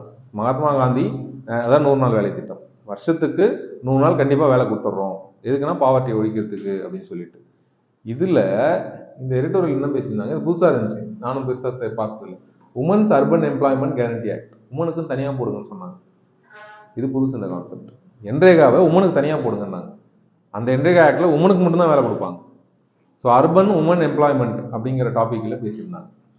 இது வந்து ரொம்ப larger context, women empowerment and women participation in labour works அப்படிங்கிற டாபிக் கீழே ஒரு சின்ன டாப்பிக்காக வரும். நீங்கள் அதில் ஒரு பாயிண்ட் தான் எழுத முடியும். என்ன எழுதலாம்னா, இந்த மாதிரி 100 நாள் வேலை பார்த்து திட்டம் மாதிரி இருக்கிற திட்டங்கள்லாம் உமன்ஸ் ஒன்லியும் போடுங்க, காமனாக இருக்குது அப்படின்னு பேசியிருந்தாங்க. இது லார்ஜர் கண்டெக்ஸ்ட் எதில் வரும் அப்படின்னா, woman empowerment and woman's participation in labour force அப்படிங்கிறதுக்கு கீழே வரும். இவ்வளோ பெரிய எடிட்டோரியல் படித்து நீங்கள் தனித்தனியாக நோட்ஸ் 2 ஹவர்ஸ்லாம் எடுக்க தேவையில்லை. இதுலேருந்து ஒரு ஐடியா மட்டும்தான் உங்களுக்கு கிடைக்கும். இது என்னைக்கா நீங்கள் ஆன்சராக யூஸ் பண்ணுறப்ப இந்த பாயிண்ட்டை போட்டுக்கலாம், அவ்வளோதான். ஸோ அது அந்த எடிட்டோரியல் பார்த்தீங்கன்னா டீட்டெயிலாக எடுக்க வேண்டிய எடிட்டோரியல். இதுலேயும் பார்த்தீங்கன்னா ஸ்பெஷல் டேர்ம்ஸ் நிறையா இருந்துச்சு. பீரியாடிக் லேபர் ஃபோர்ஸ் சர்வே, இது லாஸ்ட் இயர் நிறைய பேசியிருந்தாங்க. இந்த வருஷம் இதில் கொஸ்டின் வர வாய்ப்பு அதிகம். ஏன்? இவங்க விட்ட டேட்டா படி பாவர்ட்டி கம்மியாயிடுச்சு. ஓகே இவங்க டேட்டா படி பாவர்ட்டி அன்எம்ப்ளாய்மெண்ட்லாம் ரொம்ப குறைஞ்சிச்சுன்னு சொல்லுவாங்க. அப்போசிஷன்லாம் வந்து ஹியூமன் டெவலப்மெண்ட் இண்டெக்ஸ் அதான் காட்ட ஆரம்பிச்சு. ஓகே, அது எப்பயுமே கவர்மெண்ட் மேனிபுலேட் பண்ணுவாங்க, ரிலஸ் ரிசல்ட் காட்டுவாங்க, அது வருஷம் வருஷம் நடக்கிறது. இந்த வருஷம் இன்னும் ஸ்பெசிஃபிக் காரணம் இருக்குது இது கொஸ்டின் கேட்கறதுக்கு. லேபர் ஃபோர்ஸ்லேருந்து, ஃபீமேல் லேபர் ஃபோர்ஸ்லேருந்து, லேபர் ஃபோர்ஸ்லேருந்து இந்த மெயின்ஸ்லேயும் அந்த பிலிம்ஸ்லையும் கேட்க வாய்ப்பு இருக்குது. ஃபீமேல் லேபர் ஃபோர்ஸ் பார்ட்டிசிபேஷன் அந்த இது அதில் தானே வாங்கினாங்க. எக்கனாமிக்ஸ் நோபல், எக்கனாமிக்ஸ் நோபல் இதில் தான் வாங்கினாங்க. இந்த வாட்டி ஃபீமேல் பார்ட்டிசிபேஷன் லேபர் ஃபோர்ஸில் தான் வாங்கினாங்க. அதனால் கேட்க வாய்ப்பு அதிகம். போன 2 வாரத்தில் மட்டுமே ஒரு 4-5 எடிட்டோரியல் வெறும் ஃபீமேல் லேபர் ஃபோர்ஸ் பார்ட்டிசிபேஷன் மட்டும் வந்துச்சு. அதில் இதுவும் ஒன்று. ஸோ அதனால் இந்த வாட்டி மெயின்ஸ் கொஸ்டின் வர வாய்ப்புகள் அதிகம். உமன் லெட் இனிஷியேட்டிவ்ஸ் நிறையா பேசியிருந்தாங்க. அதான் நான் மொத்தமாக இந்த எடிட்டோரியல்லேருந்து அந்த ஒரு பாயிண்ட் தான், எம்ஜிஎன் ரேகான்னு இருக்குது ஏற்கனவே 100 நாள் வேலை திட்டம், அதை உமனுக்குன்னு தனியாக கொடுக்க ட்ரை பண்ணுங்க. அதில் இருக்க நிறைய சின்ன சின்ன பிரச்சனைகள்லாம் அட்ரஸ் பண்ணியிருந்தாங்க. அதுக்கு மேலே அதில் பெருசாக பாயிண்ட் மாற்றலை.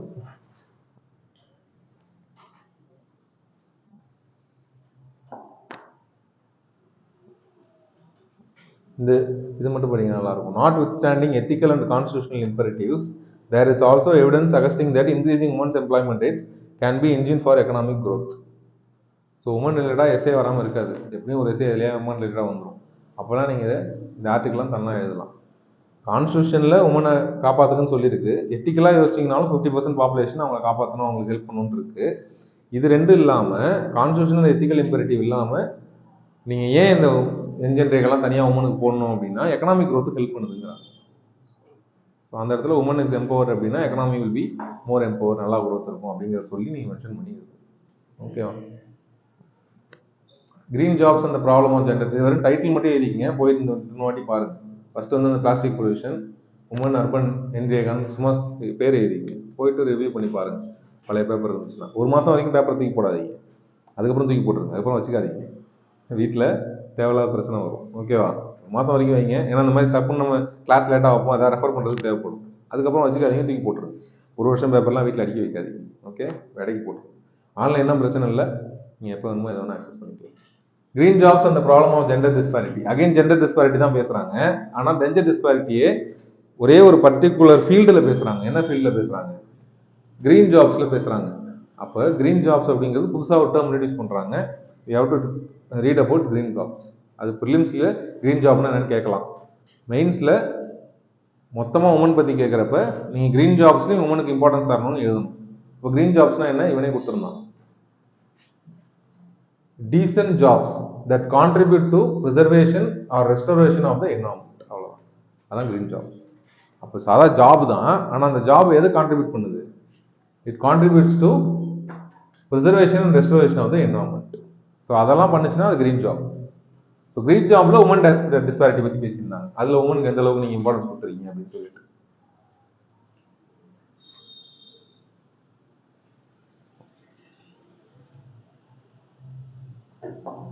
இந்த பேராகிராஃப் படிச்சீங்கன்னா ரொம்ப ஜெனரிக்காக இருக்கும். இந்த பேராகிராஃப் தான் நீங்கள் எந்த ஆன்சருக்கு வேணால் எழுதலாம், அப்படியே தூக்கி போடலாம். Gender just transition demands gender just transition, இந்த மாதிரி வார்த்தைகள்லாம் உங்களுக்கு எடிட்டோரியலில் தான் கிடைக்கும். இப்போ வந்து ஜெண்டர் ஈக்குவலாக ட்ரீட் பண்ணணும் அப்படிங்கிறது நம்ம கொலோக்கியலாக பேசுவோம். அவன் எழுதுறப்ப அதை சிம்பிளாக நீங்கள் எழுதணுன்றதுக்கு இந்த மாதிரி டேர்ம்ஸ்லாம் யூஸ் பண்ணலாம். இது படிக்க படிக்க உங்களுக்குள்ள கல்டிவேட் ஆகும். ஆட்டோமேட்டிக்காக நீங்கள் எழுதுறப்ப அது வரும். Gender just transition. ஜெண்டர் ஜஸ்ட்னா கரெக்டாக இருக்குன்னு அர்த்தம். அதுதான் ஜெண்டர் ஜஸ்ட்டுங்கிறாங்க. ஜெண்டர் பேலன்ஸ்டாக இருக்குது அப்படின்னு அர்த்தம். So gender just transition demands என்னெல்லாம் கேட்குது? Multi pronged strategy that focus on employment, social protection, reduces the burden of care work. Care ஒர்க்னா என்ன? வீட்டு வேலைகள், பெண்கள் குழந்தைங்களை பார்த்துக்கிறது, ஹஸ்பண்டை பார்த்துக்கிறது, இந்த மாதிரி வேலைகள். அது இல்லாமல் எனேபிள் ஸ்கில் டெவலப்மெண்ட். இந்த உமன் எம்பவர்மெண்ட்டுக்கு இதில் நான் நினைக்கிறேன் இதுலேயோ வச்சுருந்தாங்க உமன் எம்பவர்மெண்ட். யாரெல்லாம் ஃபெமினிஸ்ட் இருக்கீங்க அப்படின்னு கேட்டப்ப கை தூக்குனாங்க. நிறைய பசங்க தான் கை தூக்குனாங்க. அப்போ காமெடியாக அந்த சொல்லியிருந்தாங்க, எதுக்கு நிறைய பசங்க கை தூக்குறாங்க தெரியுமா அப்படின்னு சொல்லிட்டு. ஏன்னா ஃபெமினிசம் அப்படிங்கிறத, ஃபெமினிசம்ங்கிறது ஒரு ஃபீமேலோட ஆயுதம். அந்த ஆயுதம் எடுத்து ஃபீமேலையும் அவன் வந்து இது பண்ணான். ஏன்னா ஃபெமினிசம் அப்படின்னு சொல்லிட்டு நீ இப்போ வேலைக்கு போ, படிக்க நல்லா அப்படின்னு சொல்லிட்டு இவனும் வேலைக்கு போவான், அவனும் வேலைக்கு போவாங்க. ஆனால் வீட்டு வேலை யார் பார்ப்பாங்கன்னா பெண்கள் தான் பார்ப்பாங்க. ஸோ வெறும் வீட்டு வேலை மட்டும் பார்த்துட்டு இருந்தாங்க. இப்போ வெளியும் வேலை பார்த்துட்டு வீட்லையும் வேலை பார்க்குறாங்க. ஏன்னா குழந்தைங்களையும் பார்த்துட்டு இருக்காங்க. ஸோ அவன் ஃபெமினிஸ்ட், உமன் எம்பவர்மெண்ட்னு சொல்லிட்டு இன்டைரக்டா என்ன பண்ணிட்டான், வேலைக்கும் அமைச்சிட்டு வீட்டு வேலையும் பார்க்க வச்சுட்டான் அப்படின்னு சொல்லி காமெடியாக சொன்னாங்க. இதெல்லாம் நீங்கள் பாயிண்டாக கூட எழுதலாம். ஓகேவா? ஸோ அதனால தான் எப்பயுமே எனக்கும் பர்சனலாக பார்த்தீங்கன்னா ஒரு பர்டிகுலர் ஜெண்டர் எம்பவர் பண்ணுறது அப்படிங்கிறது தப்பு தான். அது மேலாக இருந்தாலும் ஃபீமேலாக இருந்தாலும். அஃப்கோர்ஸ் ரொம்ப நாளாக ஒரு பேட்ரியார்கல் சொசைட்டி ஆயிடுச்சு, ரொம்ப பயாஸ்டாக ஆயிடுச்சு. அதை சரி பண்ணுறதுக்கு நம்ம உமன் எம்பவர் பண்ணி தான் ஆகணும். பட் அது எந்த லெவலில் இருக்கணும் அப்படின்னா ரெண்டுமே ஈக்குவலாக தான் இருக்கணும். ஸோ இவங்க வேலைக்கு போகிறாங்கன்னா அவங்களுக்கு வேலைக்கு போகிறாங்க, அவங்க வீட்டில் வேலை பார்க்குறாங்க, இவங்களும் வீட்டில் வேலை பார்க்கணும், அவங்க குழந்தைய பார்த்துக்கிறாங்க, இவங்க குழந்தைய பார்த்துக்கணும். இது ரெண்டுமே நடக்கணும். இதில் ஏதாவது ஒன்று நடக்கல, ரெண்டு பேரும் வேலைக்கு போகிறது நடக்குது, ஆனால் ஒருத்தர் வீட்டையே பார்த்துக்கல அப்படின்றப்ப அவங்களுக்கு ரெண்டு வேலையும் நடக்கும். ஸோ அப்போ அந்த இடத்துல woman empowerment fake woman empowerment ஆகிடும், பொய்யான உமன் எம்பவர்மெண்ட் ஆகிடும். இதெல்லாம் நீங்கள் பாயிண்ட்ஸ் எழுதலாம். So social protection reduces the burden of care work and enables skill development. Partnership across government, private sector and other stakeholders are necessary to leverage-னா தூக்குறது, the benefits of innovation, technology and finance for women entrepreneurs and workers. ரொம்ப ஜெனரிக்காக பொதுவாக பேசியிருக்காங்க. சும்மா ஜெனரலாக எந்த ஆன்சருக்கு வேணால் இந்த மாதிரி எழுதி வைக்கலாம். எல்லாரும் சேர்ந்து வேலை செய்யணும் அப்படின்னு எழுதியிருக்காங்க, வேற ஒன்றும் இல்லை. அந்த எல்லாரும் சேர்ந்து வேலை செய்யணுங்கிறத ஒரு பேராகிராஃபாக எழுதி வச்சிருக்காங்க. ஸோ இந்த மாதிரி அது கொஸ்டின், அந்த ஒரு சென்டென்ஸாக ஃப்ரேம் பண்ணுறத ஹெல்ப்லாம் எடிட்டோரியல்லேருந்து எடுத்துக்கலாம். நீங்கள் ஓனாக பண்ணுறது கொஞ்சம் கஷ்டமாக இருக்கும். ஓகேவா? ஸோ அந்த மாதிரி எடிட்டோரியல் நீங்களாக உட்காந்து படிக்கணுன்றதுக்கு அதான் ரீசன்.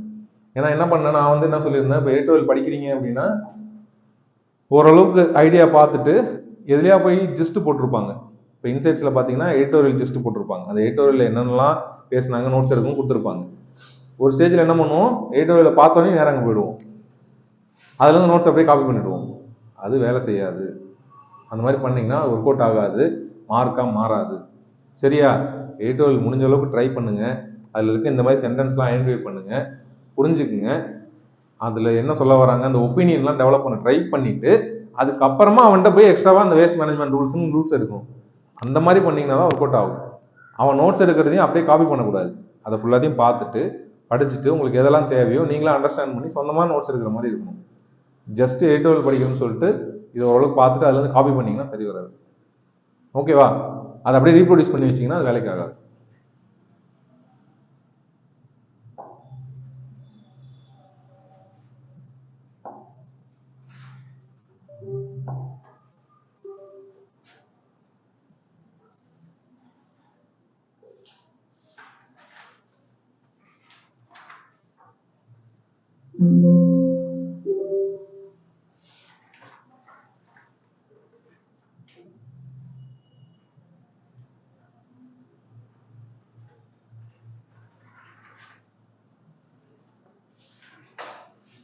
சென்ட்ரல் டிரான்ஸ்ஃபர்ஸ் அந்த issue of share of some states. So central state relation பார்த்துட்டு இருந்தோம். இல்லைன்னா அது கஷ்டம். நம்ம ஓரளவுக்கு பார்த்ததுனால அந்த எடிட்டோரியல் ஓரளவுக்கு புரியும், இல்லைன்னா கஷ்டம். ஃப்ரெஷ்ஷாக படிக்கிறீங்க, இன்னுமே படிக்கல, அந்த கிளாஸ்லாம் அட்டன் பண்ணல அப்படின்னா கஷ்டம். கொஞ்சம் டீட்டெயில்டாக பேசியிருந்தாங்க. சென்ட்ரல் டிரான்ஸ்ஃபர்ஸ் எதை பற்றி பேசுகிறாங்கன்னு தெரியுதா? சென்ட்ரல் டிரான்ஸ்ஃபர்ஸ்னால் சென்ட்ரல் வந்து பணம் டிரான்ஸ்ஃபர் பண்ணுறது. அந்த issue of share of some states, ஒரு ஸ்டேட்டுக்கு அதிகமாக போகுது, ஒரு ஸ்டேட்டுக்கு கம்மியாக போகுது, அந்த இஷ்யூ. ஓகேவா? ஸோ அல்டிமேட்டாக அவங்க எதை பற்றி பேச போகிறாங்கன்னா ஃபினான்ஸ் கமிஷன் பேச போகிறாங்க. ஃபினான்ஸ் கமிஷன் தான் லாஸ்ட் கிளாஸில் பேசியிருந்தோம். ஏன்னா இந்த யார் எந்த ஸ்டேட்டுக்கு எவ்வளோ பணம் போகணும் அப்படிங்கிறத யார் டிசைட் பண்ணுவா? ஃபினான்ஸ் கமிஷன் தான் டிசைட் பண்ணுவாங்க. ஸோ அதனால் அதை பற்றி பேசியிருந்தாங்க. நோட்ஸ் வந்து ஃபினான்ஸ் கமிஷனை பற்றி எடுக்கிற மாதிரி இருக்கும். ஸோ A12 ஜிஸ்ட்டு இன்சைட்ஸில் கொடுத்துருந்தது. ஸோ என்ன டாப்பிக்கில் வருது? GS 2 and 3 functions and responsibility of union and states, issues and challenges pertaining to the federal structure. GS 3ல எதில் வருது? GS 2 தான் வரும். ஓகே, எடுத்தோன்னே என்ன போட்டிருக்கான் பாருங்க. ஸோ அப்பார்ட் ஃப்ரம் நீங்கள் வந்து அந்த A12 படிச்சுட்டு புரிஞ்சுக்கிறது, அதில் ஜட்ஜ்மெண்ட் கொடுக்குறது, எந்த ஸ்டேட்டுக்கு எந்த ஸ்டேட் அதிகமாக கொடுக்கணும், அதெல்லாம் சொல்கிறதுக்கு முன்னாடி உங்களுக்கு பேசிக் நாலேஜ் வேணும். ஃபினான்ஸ் கமிஷனாக என்னன்னு தெரியும். அப்போ நீங்கள் ஃபஸ்ட்டு ஃபினான்ஸ் கமிஷனை பற்றி நோட்ஸ் எடுக்கும். அதுதான் லாஸ்ட் கிளாஸில் இன்ட்ரோடக்ஷன் மட்டும் கொடுத்துருந்தேன். ஃபினான்ஸ் கமிஷன் சேர்மன் மட்டும் கொடுத்துருந்தேன். ஃபஸ்ட்டு செகண்டு கரண்ட்டு பாருங்கள். அவங்க சொல்கிறதே ஃபஸ்ட்டு செகண்ட் கரண்ட் போயிட்டாங்க பாருங்க. ஃபஸ்ட்டு 2 பார்த்துக்குங்க, அப்போ லாஸ்ட் 2 பார்த்துங்க போதும். நடுவில் இருக்க எல்லா ரெக்கமெண்டேஷன்லாம் அவங்க படிக்க சொல்லுங்கள். 1000 கொடுத்துருப்பாங்க. ஓகேவா?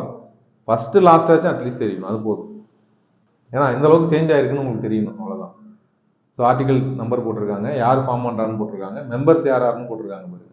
4 members including high court judge appointed by president. அந்த குவாலிஃபிகேஷன்லாம் யார் டிசைட் பண்ணுவா? பார்லிமெண்ட் தான் டிசைட் பண்ணும். யார் வந்து அதில் செலக்ட் பண்ணலாம் அப்படிங்கிறத பார்லிமெண்ட் டிசைட் பண்ணும். Tenure as specified by the president. Reappointment eligible. ரீஅப்பாயின்மெண்ட்னா மறுபடியும் ஃபினான்ஸ் கமிஷனில் மறுபடியும் மெம்பர் ஆகும். ஓகேவா? ஸோ சில இடத்துலலாம் பார்த்தீங்கன்னா ஒரு வாட்டி ஆகிட்டிங்கன்னா திருப்பி ஆக முடியாது. அந்த மாதிரிலாம் இருக்குது. பிபிஎஸ் சேர்மன் ஆகிட்டீங்க, இல்லை ஏதாவது ஒரு பெரிய ரோலுக்கு போயிட்டீங்க அப்படின்னா திருப்பி ஒரு 5 வருஷம் இருந்துட்டீங்கன்னா திருப்பி ரீஅப்பாயின்மெண்ட் போட மாட்டாங்க. இப்போ யூஎஸ் பிரசிடென்ட்லாம் 2 term தான் இருக்கலாம், 4 வருஷம் இருக்கலாம், அதுக்கு மேலே இருக்கக்கூடாது. ஓகேவா? ரஷ்யாவில் எலெக்ஷன் எப்போ? எலெக்ஷன் இன்னைக்கு, நேற்று எலெக்ஷன். ஓகேவா? ரஷ்யாவில் பிரசிடென்ஷியல் எலெக்ஷன். என்ன, யார் அங்கே பிரசிடென்ட்டு? Vladimir Putin. எத்தனை வருஷமா இருக்காரு? 2002 இருக்காருன்னு நினைக்கிறேன். ஓகே, அதுக்கு மேலே இருந்து இருக்காரு. ஸோ அங்கேயும் வந்து 3 times நினைக்கிறேன் பிரசிடென்ட் மேக்ஸிமம். ஆனால் என்ன பண்ணாரு, 4th time வந்து பிரைம் மினிஸ்டர் ஆனார். மெத்வதேவ்னு நினைக்கிறேன், அவர் ஒரு ஆள் ஒருத்தர். அவரை பிரசிடெண்ட்டாக மாற்றிட்டு அவர் பிரைம் மினிஸ்டராக இருந்தார். அப்புறமா என்ன பண்ணிட்டாரு, கான்ஸ்டியூஷன் திருத்தி எழுதிட்டார், எத்தனை வாட்டி வேணா இருக்கலாம் அப்படின்னு சொல்லிட்டு. அப்படி இருந்து மறுபடியும் இப்போ நிற்கிறாரு. அவர் தான் ஜெயிப்பார். எதுக்கு அதை உருட்டிக்கிட்டு வைக்க வேண்டியதானே அப்படியே அப்படிங்கிற மாதிரி சூர்யா டைலாக் வரும்ல, எதுக்கு உருட்டுற அப்படியே வைதானே. ஏன்னா வண்ணா விட போதுன்னு தெரியும் அவருக்கு, அந்த சவுண்டை வச்சு அவர் கண்டுபிடிச்சிடுவார். அந்த மாதிரி எனிவே புட்டின் தான் ஜெயிக்க போகிறாரு.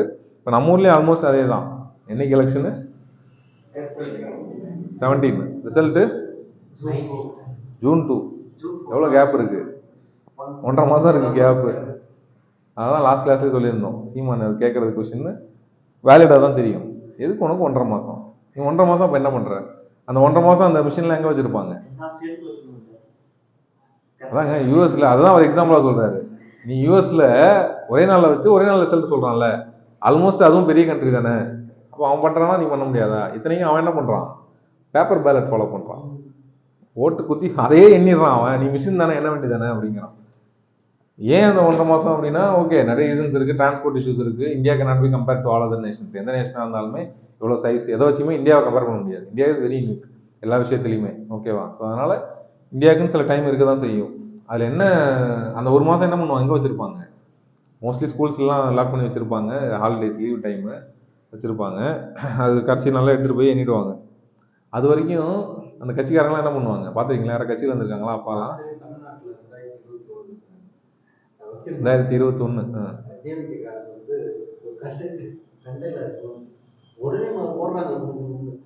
அந்த 1.5 மாதம் வாசல்லே உட்காந்துருப்பாங்க, ஷிஃப்ட் மாதிரி கட்சிக்காரங்க. யாராவது வீட்டில் அப்பா அம்மா கட்சிக்கு இருந்தாங்கன்னா தெரிஞ்சிருக்கும். அந்த 1.5 மாதம் தூங்க மாட்டாங்க. எல்லா கட்சியிலேருந்தும் மினிமம் ஒரு 20 பேர் 30 பேர் ஒரு பூத்துலேயும் சுற்றி உட்காந்துருப்பாங்க. யாரும் உள்ளே போகக்கூடாது, வரைக்கும் போகக்கூடாது. உள்ளே போகிறா வெளியே வராங்கன்னா ஏன் போகிறீங்க, எதுக்கு போகிறீங்கன்னு கேட்பாங்க. ஒரு ஆஃபீஸர் உள்ளே போனாலும் எதுக்குன்னா அப்போ தான் ப்ரொடெக்ட் பண்ண முடியும்னு சொல்லிட்டு. அவ்வளோ பண்ணி என்ன பண்ணுறது? ஆமாம், அது லேப்டாப்பை வந்து அந்த மிஷின் நினச்சிக்கிட்டாங்க. மிஷின் மாதிரியே இருக்குது, மிஷினை தூக்கிட்டு போகிறான்னு சொல்லிட்டு அந்த மாதிரிலாம் இஷ்யூ ஆச்சு. Okay, so makes recommendations to president about net tax distribution, tax proceeds எப்படி டிஸ்ட்ரிபியூட் பண்ணலாம் அப்படின்னு சொல்லிட்டு, principles of for granting aids. ஏன்னா கிராண்டிங் எய்ட்ஸ் தான் நம்ம லாஸ்ட் கிளாஸ் பார்த்தோம். 2 என்ன பார்த்தோம்? ஒன்று ஸ்டாட்டுட்டரி கிராண்ட்ஸ், இன்னொன்று டிஸ்கிரிஷனரி கிராண்ட்ஸ்னு பார்த்தோம். அதோட நிற்கிதுன்னு நினைக்கிறேன். ஸோ ஸ்டாட்டுட்டரி கிராண்ட்ஸ்னா by law there are some rules, லாவே போட்டிருக்காங்க இவ்வளோ பணம் கொடுக்கணும் அப்படின்னு சொல்லிட்டு. இது இல்லாமல் கவர்மெண்ட் நினைச்சா கொடுக்கலாம். ஸோ அந்த மாதிரி லாஸ் இருக்குது. கிராண்ட் அண்ட் எய்டுங்கிறது சும்மா தூக்கி கொடுக்குறது, பொழைச்சி போ நல்லா வச்சுக்க கவர்மெண்ட் நடத்து அப்படின்னு கொடுக்குறது. ஆனால் டேக்ஸ் ப்ரொசீட்ஸுங்கிறது ஷேர் பண்ணி கண்டிப்பாக கொடுக்க வேண்டியது. அந்த டேக்ஸை எப்படி ஷேர் பண்ணுவாங்கன்னா டீட்டெயிலாக பார்த்தோம். ஒரு டேபிள் போட்டோம்ல, 268 ஆர்டிகல் 269 அதில் இருக்க லிஸ்ட்டில் இருக்கிறதெல்லாம் யார் கலெக்ட் பண்ணுவா, யார் ட்ரான்ஸ்ஃபர் இது அப்ராப்ரியேட் பண்ணுவா, யார் பிரித்து கொடுப்பான்னு டீட்டெயிலாக பார்த்தோம். சரியா? ஸோ அதில் எவ்வளோ பண்ணணும் அப்படிங்கிறத, எத்தனை பர்சன்டேஜ் பண்ணணுங்கிறதெல்லாம் அவங்க டீட்டெயிலாக பேசுவாங்க. எந்த ஸ்டேட்டுக்கு எவ்வளோ கொடுக்கணும் அப்படின்னு சொல்லிட்டு. மோஸ்ட்லி அந்த ஸ்டேட்டுக்கு இவ்வளோ கொடுக்கணும் அப்படிங்கிறலாம் எது பேஸ் பண்ணியிருக்கோம்?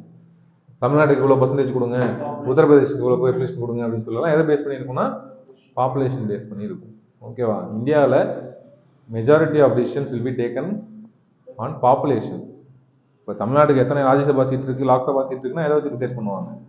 பாப்புலேஷன் வச்சு தான் செட் பண்ணுவாங்க. யூஎஸ்ல அப்படி கிடையாது. 50 ஸ்டேட் இருக்குன்னா எல்லாருக்கும் 2 சீட்டு தான். 100 சீட்டு வந்துடு, முடிஞ்சு போச்சு. உனக்கு நீ பாப்புலேஷன் 100 கோடி வச்சிருக்கிறதுக்காக 3 சீட் கூட தரமாட்டான்.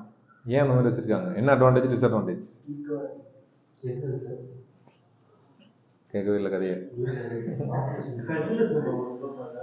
இந்தியாவில் ராஜ்யசபா சீட், லாக்சபா சீட் தராங்கன்னா பாப்புலேஷன் பேஸில் தருவாங்க. எத்தனை சீட்? 40 சீட்டு, 30 சீட்டுன்னு சொல்லிட்டு. யூஎஸ்ல 2 சீட்டு தான் ஒரு ஸ்டேட்டுக்கு. மொத்தம் 50னா 100 சீட் தான் செனட்டுக்கு. அதுக்கு மேலே ஏற்ற மாட்டாங்க, குறைக்க மாட்டாங்க. இதில் என்ன அட்வான்டேஜ், டிஸ்அட்வான்டேஜ்? நம்மள்டே அதே மாதிரி பண்ணலாம்ல. தமிழ்நாடுனா 5 சீட்டு, நீ எவ்வளோ வேணா பாப்புலேஷன் வச்சுக்க. இல்லையே, இப்போ நம்ம ஊரில் லாக்சபா ராஜ்யசபா சீட் ஸ்டேட் மாறுது இல்லை? எதை வச்சு மாறுது? பாப்புலேஷன் வச்சு தானே மாறுது. ஏன் அந்த மாதிரி கொடுக்காம 2 கொடுத்து வச்சிருக்காங்க அங்கேயும்? ஏன்னா பாப்புலேஷன் பேஸ் பண்ணி கொடுக்குறதுனா அட்வான்டேஜ் என்ன? ரெப்ரசன்டேஷன். ஏன்னா 100 கோடி இருக்கானா அதில் 2 பேர் வருவான், 10 கோடி இருக்கானா அதுலேயும் 2 பேர் வந்தால் அது என்ன அநியாயம்? அப்போ 100 கோடி பேருக்கு 2 பேர் பேசுவோம், 10 கோடி பேருக்கு 2 பேர் பேசுவானா? அது சரி வராதுன்னா பாப்புலேஷன் பேஸில் தராங்க. அதில் தரதில் நெகட்டிவ் என்ன மேஜரா? நம்ம ஊரில் பாப்புலேஷன் பேஸ் பண்ணி தரதில் மேஜர் நெகட்டிவ் என்ன? ஏன் தரக்கூடாது? பாப்புலேஷன் பேஸ் பண்ணி தரக்கூடாது. அது பாப்புலேஷன் பேஸ் பண்ணி தானே இருக்கு. ஒரு ஸ்டேட்டுக்கு மட்டும் கவனம் செலுத்துவாங்க சார். எது அது? இப்போ உத்தரப்பிரதேசத்தில் வந்து 80 இருக்குன்னா பொலிட்டிக்கல் பார்ட்டி ஃபுல்லாக அதில் ஒரு அட்வான்டேஜ். இப்போ லோக்சபா சீட்டு உத்தரப்பிரதேசம் மட்டும் ஃபோக்கஸ் பண்ணி எல்லாம் பண்ணுறாங்க, பணம் கொடுக்குறாங்க, செலவு பண்ணுறாங்கன்னா 80 சீட்டு கிடச்சிருவாங்க. நம்ம ஊரில் பண்ணுறாங்க 40 சீட் தான் கிடைக்கும். ஸோ அப்போ எந்த ஸ்டேட்டுக்கு அதிகமாக ஹெல்ப் பண்ணுவாங்க சென்டரு? இது ஒரு ரீசன். எக்ஸாம்பிள் நிறைய இருக்கு நம்மளை ஒதுக்கப்படுறதுனால. ஸோ எதுக்கு அங்கே பண்ணுறாங்க, நல்லா பண்ணுறாங்கன்னா, இங்கே 4 காலேஜ் கட்டுறாங்கன்னா அங்கே 6 காலேஜ் கட்டுவாங்க. எதுக்குன்னா இங்கே வேலை 2 பேர் யூபிஎஸ்சியில் செலக்ட் ஆகிறாங்கன்னா அங்கே 4 பேர் செலக்ட் ஆவாங்க. யூபிஎஸ்சி செலக்ட் ஆகலாமா கவர்மெண்ட் பண்ணுறாங்க? சரி சொல்லுங்க, என்ன நெகட்டிவ்? வேற என்ன நெகட்டிவ் இருக்கு பாப்புலேஷன் பேஸ் பண்ணி தரது? Population control. நிறைய பாப்புலேஷன் வந்தால் நிறைய சீட்டு கிடைக்கும். அதனால என்ன பண்ணுவாங்க, ஒரு ஸ்டேட்டும் பாப்புலேஷன் நிறைய பண்ண ட்ரை பண்ணுவாங்க. புரியுதா? 40 சீட் இருக்கு. அடுத்த வருஷம் இன்னும் அடுத்த எலெக்ஷனுக்குள்ள 6 கோடியை 8 கோடியை வந்து 10 கோடியா மாத்திட்டோம் அப்படின்னா 80 சீட்டா மாறிடும். அதனால பாப்புலேஷனை அதிகமாக்குங்க. எதுக்கு? அப்போ பொலிட்டிக்கல் பார்ட்டிஸ் இன்டைரக்டா அந்த மாதிரி பண்ண வாய்ப்பு இருக்கு. இதுதான் பிரச்சனையே. தமிழ்நாடு ரொம்ப நாளா சொல்லிட்டு இருக்கிற காரணமே இதுதான். உத்தரப்பிரதேஷ், பீகார்ல பாப்புலேஷன் கண்ட்ரோல் பண்ணல. நாங்க 50 வருஷமா கஷ்டப்பட்டு அடிச்சு பாப்புலேஷன் குறைச்சி வச்சிருக்கோம். அப்ப அதுக்கு நீங்க வந்து இன்சென்டிவ் தரீங்களா? சீட்டை கம்மியா தரீங்களே, டிமோட்டிவேட் பண்றீங்களே. இது டிமோட்டிவேஷனா மாறுது. நீ பாப்புலேஷன் கண்ட்ரோல் பண்ணினா நீ பாதிக்கப்படுவ. உனக்கு ரெப்ரசன்டேஷன் கிடைக்காது, பணம் கிடைக்காது, எல்லாமே கிடைக்காது. ஸோ அப்போ பாப்புலேஷன் பேஸில் இதான் பிரச்சனை. நான் பாப்புலேஷன் அதிகமாக்குறேன், நீ பாப்புலேஷன் அதிகமாக்குன்னு போட்டி போட்டு அதிகமாக்குவாங்க. அதுதான் நடந்துச்சு பாஸ்ட் 50 இயர்ஸில். அங்கே ரெப்ரசன்டேஷன் தான் இஷ்யூ. நீ எத்தனை கோடி பேர் இருந்தாலும் 2 பேர் தான் அனுப்புவோம் அப்படின்னா ரெப்ரசன்டேஷன் இருக்காதுல்ல. அதான் சொல்கிறேன், 10 கோடிக்கு 2 பேர் வருவான், 50 கோடிக்கு 2 பேர் வரான்னா அப்போ தப்பு இல்லை அது. ஸோ அதில் இருக்க நெகட்டிவ் அது, இதில் இருக்க நெகட்டிவ் இது. ஓகேவா? ஸோ இப்போ ஃபண்டிங் பேஸ்டும் மோஸ்ட்லி எது பேஸ்டாக இருக்கும் அப்படின்னா பாப்புலேஷன் பேஸ்டாக பண்ணுவாங்க. அதுதான் வந்து அடிக்கடி ஃபேஸ்புக், இன்ஸ்டாகிராம்லாம் வரும். ₹1 கவர்மெண்ட், தமிழ்நாடு கவர்மெண்ட் வந்து ஸ்டேட்டுக்கு கொடுக்குது, சென்ட்ரலுக்கு கொடுப்பாங்க. திருப்பி எவ்வளோ வரும்? அந்த ரேஷியோ ஒன்று இருக்கும். இப்போ நம்ம இவ்வளோ சம்பாரிச்சு, இப்போ நீங்கள் 2 பசங்க இருக்கீங்க, அப்பா இருக்காங்க, நீங்கள் மாதம் 20,000 சம்பாரிச்சு கொடுக்குறீங்க. உங்கள் அண்ணன் வந்து ஒரு 10,000 சம்பாரிச்சு கொடுக்குறாரு. உங்கள் அப்பா எப்படி செலவு பண்ணுவார்? உங்களுக்கு 2 இட்லி, அவர் 1 இட்லினா போடுவார்? புரியுதா? 2 பேருக்கு 2 இட்லி தானே போட போறாரு. அப்போ நீங்கள் பேச முடியாதுல்ல, எனக்கு வந்து நான் 20,000 கொடுக்குறேன், எனக்கு எக்ஸ்ட்ரா 1 இட்லி வை அப்படின்னு சொல்லிட்டு. அவனுக்கு வைக்காத அப்படின்லாம் சொல்ல முடியாது. இதுதான் பிரச்சனை. ஓகேவா? இது சேம் இந்தியாலையும் நடக்கும். தமிழ்நாடு பார்த்தீங்கன்னா கொஞ்சம் அதிகமாக சம்பாரிச்சு கொடுப்பாங்க, பீகார் பார்த்தீங்கன்னா கொஞ்சம் கம்மியாக சம்பாரிச்சு கொடுப்பாங்க. ஆனால் இந்தியா கவர்மெண்ட் என்ன பண்ணும்? அவனுக்கு 2 இட்லி, இவனுக்கு 2 இட்லி வைக்கும். அப்போ தமிழ்நாடுனா சண்டை போடுவாங்க. நான் கஷ்டப்பட்டு சம்பாரிச்சு ஐடி கட்டி இவ்வளோ காசு கொடுத்துட்டு இருக்கேன், நீ போய் பீகாரில் செலவு பண்ணுறியே. அப்போ அவங்க என்ன சொல்லுவாங்க? பாப்புலேஷன் அதிகமாக இருக்குப்பா, அப்போ நானும் பாப்புலேஷன் அதிகமாக்குறேன், எனக்கு செலவு பண்ணுவாங்க. ஃபினான்ஸ் கமிஷன், இந்த நெட் டேக்ஸ் ப்ரொசீட்ஸு, இதில் பிரச்சனையே இதுதான். இன்னைக்கு வரைக்கும் தமிழ்நாடு அண்ட் நார்தன் ஸ்டேட்ஸுக்கு சண்டை வரதுக்கு காரணமே இதுதான். நம்ம பாப்புலேஷன் கண்ட்ரோலும் பண்ணிட்டோம், அதே டைமில் எஜுகேஷன், சோஷியல் செக்டர் இதெல்லாம் நல்லா பெர்ஃபார்ம் பண்ணிட்டு இருக்கோம். கான்ட்ரிபியூஷனும் அதிகமாக பண்ணுறோம். எக்கனாமி நல்லா டெவலப் ஆயிடுச்சு. மகாராஷ்டிராலாம் தான் நம்பர் 1 கான்ட்ரிபியூஷன், அவ்வளோ கான்ட்ரிபியூட் பண்ணுவாங்க. ஆனால் கம்மியாக வாங்குறது பார்த்தீங்கன்னா சதர்ன் ஸ்டேட்ஸ்லாம் கம்மியாக தான் வாங்குவாங்க. திருப்பி வர்றது பார்த்தீங்கன்னா அதிகமாக வாங்கி வாங்கி எங்கே செலவு பண்ணுறாங்க? நார்தன் ஸ்டேட்ஸ், அந்த மாதிரி ஸ்டேட்டுக்கு செலவு பண்ணுறாங்க. ஸோ அது எல்லாமே இந்த இஷ்யூஸில் பேசியிருந்தாங்க அந்த எடிட்டோரியலில். ட்ரை பண்ணி பாருங்கள். Powers of civil court, civil ப்ரொசீஜர்னு போட்டிருக்காங்க. ஸோ அதெல்லாம் நம்ம இன்னும் பார்க்கல. ரொம்ப டீட்டெயிலாக அதுக்குள்ளே போகாதீங்க, அவாய்ட் பண்ணி. ஸோ எதெல்லாம் அவாய்ட் பண்ண முடியுமோ அதெல்லாம் அவாய்ட் பண்ணிங்க. முடிஞ்ச அளவுக்கு மிச்சத்தை ட்ரை பண்ணுங்க. சரியா? இந்த டாபிக் வந்து கொஞ்சம் சப்ஜெக்ட் நாலேஜ் இருந்தால் தான் பண்ண முடியும்.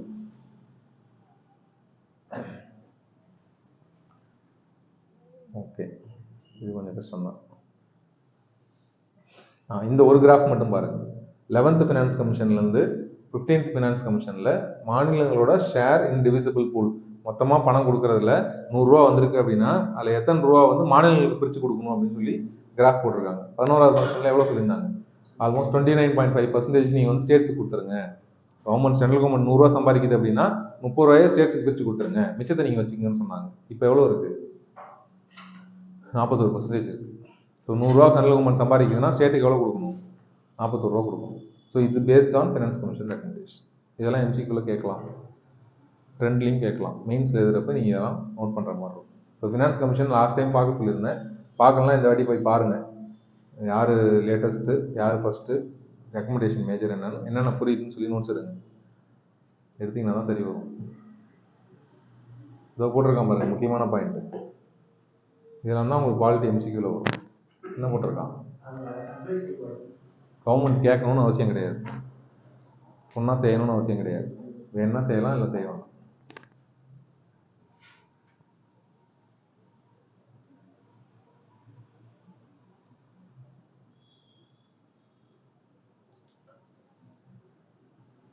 அந்த க்ரீன் ஜாப்ஸோட gist, what is green job அப்படின்னு தெரிஞ்சிருக்கணும். அதுக்கப்புறம் அதுக்கான மெஷர்ஸ் தெரிஞ்சிருக்கணும். அது இல்லாமல் gender parity in green jobs. Renewable energy capacity 250% அதிகமாக போகுது. 2015 2021 வரைக்கும் அதிகமாகிருக்கு. மொத்தமாக ரெனியூபிள் எனர்ஜியில் எவ்வளோ ப்ரொடக்ஷன் பண்ணுறோம், அந்த ஃபீல்டு எவ்வளோ இருக்குது அப்படிங்கிறது முன்னாடி 100 ரூபாய்க்கு அந்த ஃபீல்டு ஒருத்தர் இருந்துச்சுன்னா இப்போ 250 ரூபாய் அதிகமாகிடுச்சு. ஸோ 250% அதிகமாகி 350 ரூபா இருக்கும். அந்தளவுக்கு அதிகமாகிருக்கு. சரியா? ஸோ இன்னமும் அதிகமாகிட்டு தான் இருக்கும். ஏன்னா பின்னாடி எல்லாமே அந்த ரெனியூபிள் எனர்ஜி தான். வீட்டில் எலக்ட்ரிசிட்டியிலேருந்து காரு எல்லாமே ரெனியூபிள் எனர்ஜியில் தான் ஓடப்போகுது. ஸோ இப்போ அதில் இப்போ இருந்தே நீங்கள் ஃபோக்கஸ் பண்ணுங்கள் ஜெண்டர் ஈக்குவாலிட்டி அப்படின்னு சொல்லி பேசியிருக்காங்க. Woman comprising nearly 11% of workers இந்த சோலார் ரூப் டாப் செக்டர். இதெல்லாம் நீங்கள் டேட்டாவாக எழுதலாம். இந்த 11%ன்னு எழுதணும்லாம் அவசியம் கிடையாது. இது ஐடியாவாக தெரிஞ்சால் போதும். கம்மியாக இருக்காங்கன்னு தெரிஞ்சால் போதும். அங்கே என்ன பண்ணணும் ஆன்சரில்? வெரி லோ பர்சன்டேஜ் இல்லை லெஸ் தேன் 20% அந்த மாதிரி போட்டால் போதும். இந்த மாதிரி எக்ஸாக்ட் பர்சன்டேஜ்லாம் எதிர்பார்க்க போகிறது இல்லை யூபிஎஸ்சி. மெயின்ஸ் ஆன்சரில் பர்சன்டேஜ் புள்ளி விவரம்லாம் எக்ஸாக்டாக இருக்கணும் அவசியம் இல்லை. இருந்தால் சந்தோஷம் தான், அடிஷனல் பாயிண்ட் தான். பட் நீங்கள் ரேஞ்சாக எதுனா போதும், லெஸ் தென் 20% அந்த மாதிரி போட்டுக்கிட்டா போதும். கம்மியாக இருக்காங்கன்னு சொன்னால் போதும்.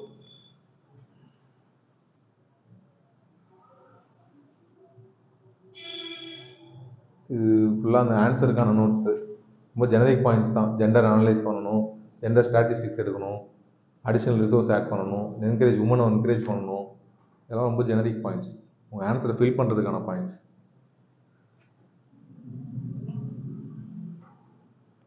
கடைசியாக வே ஃபார்வர்டும் சொல்லியிருக்காங்க. ஸோ மெயின்ஸ் ஆன்சர் ரேட்டிங் ஏற்கனவே எழுதுனவங்களுக்கு இந்த ஸ்ட்ரக்சர்லாம் ஓரளவுக்கு தெரியும். என்னென்ன இருக்கணும் ஒரு ஆன்சரில்? இன்ட்ரோ இருக்கணும், பாடி இருக்கணும், அதுக்கப்புறம் கன்க்ளூஷன் இருக்கணும். கன்க்ளூஷன் மோஸ்ட்லி அதுதான் வே ஃபார்வர்டுன்னு சொல்கிறது. எவ்வளோ சீக்கிரம் வந்துட்டீங்க? நானும் பாலிட்டி ஆரம்பிக்கல. ஓகே,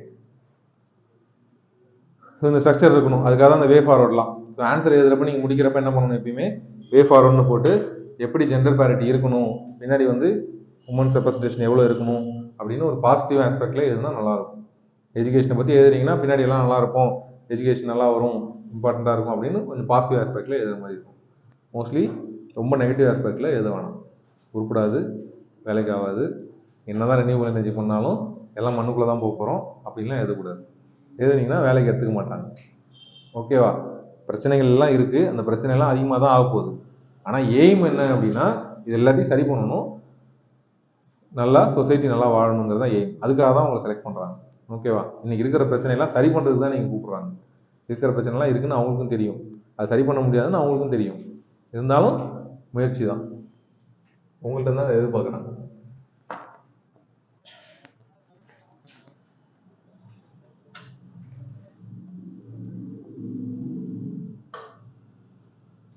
வேற ஏதாவது இந்த பாஸ்ட் 2 வீக்ஸில் ஏட்டோல் நீங்கள் தான் நோட் பண்ணீங்களா? ம், பேப்பரே படிக்கல யாரும். எலக்ட்ரல் பாண்ட் பற்றி பேசியிருக்காங்க. இதை பற்றி எலக்ட்ரல் பாண்ட் நான் என்ன ஆரம்பிக்கலேன்னு பார்த்தேன். என்ன பேசியிருந்தாங்க? எப்பயும் போல பிஜேபி டாப்ல ஓகே, வேற யாரெல்லாம் இருந்தாங்க? அதில் ஒரு சூப்பரான ஒரு விஷயம் இருக்கு. ம் அந்த எலக்ட்ரல் பாண்ட் டொனேட் பண்ணுறாங்க ஒரு பொலிட்டிக்கல் பார்ட்டிஸ்க்கும், ம் அதுக்கு 1 மந்த் பிஃபோருக்கு அந்த கம்பெனி இங்கே இருக்கு. அதெல்லாம் வந்து ஒரு நீங்கள் ஏட்டோல் படிங்கன்னா பாலிடிக்ஸ் பேசிட்டு இருக்கீங்க.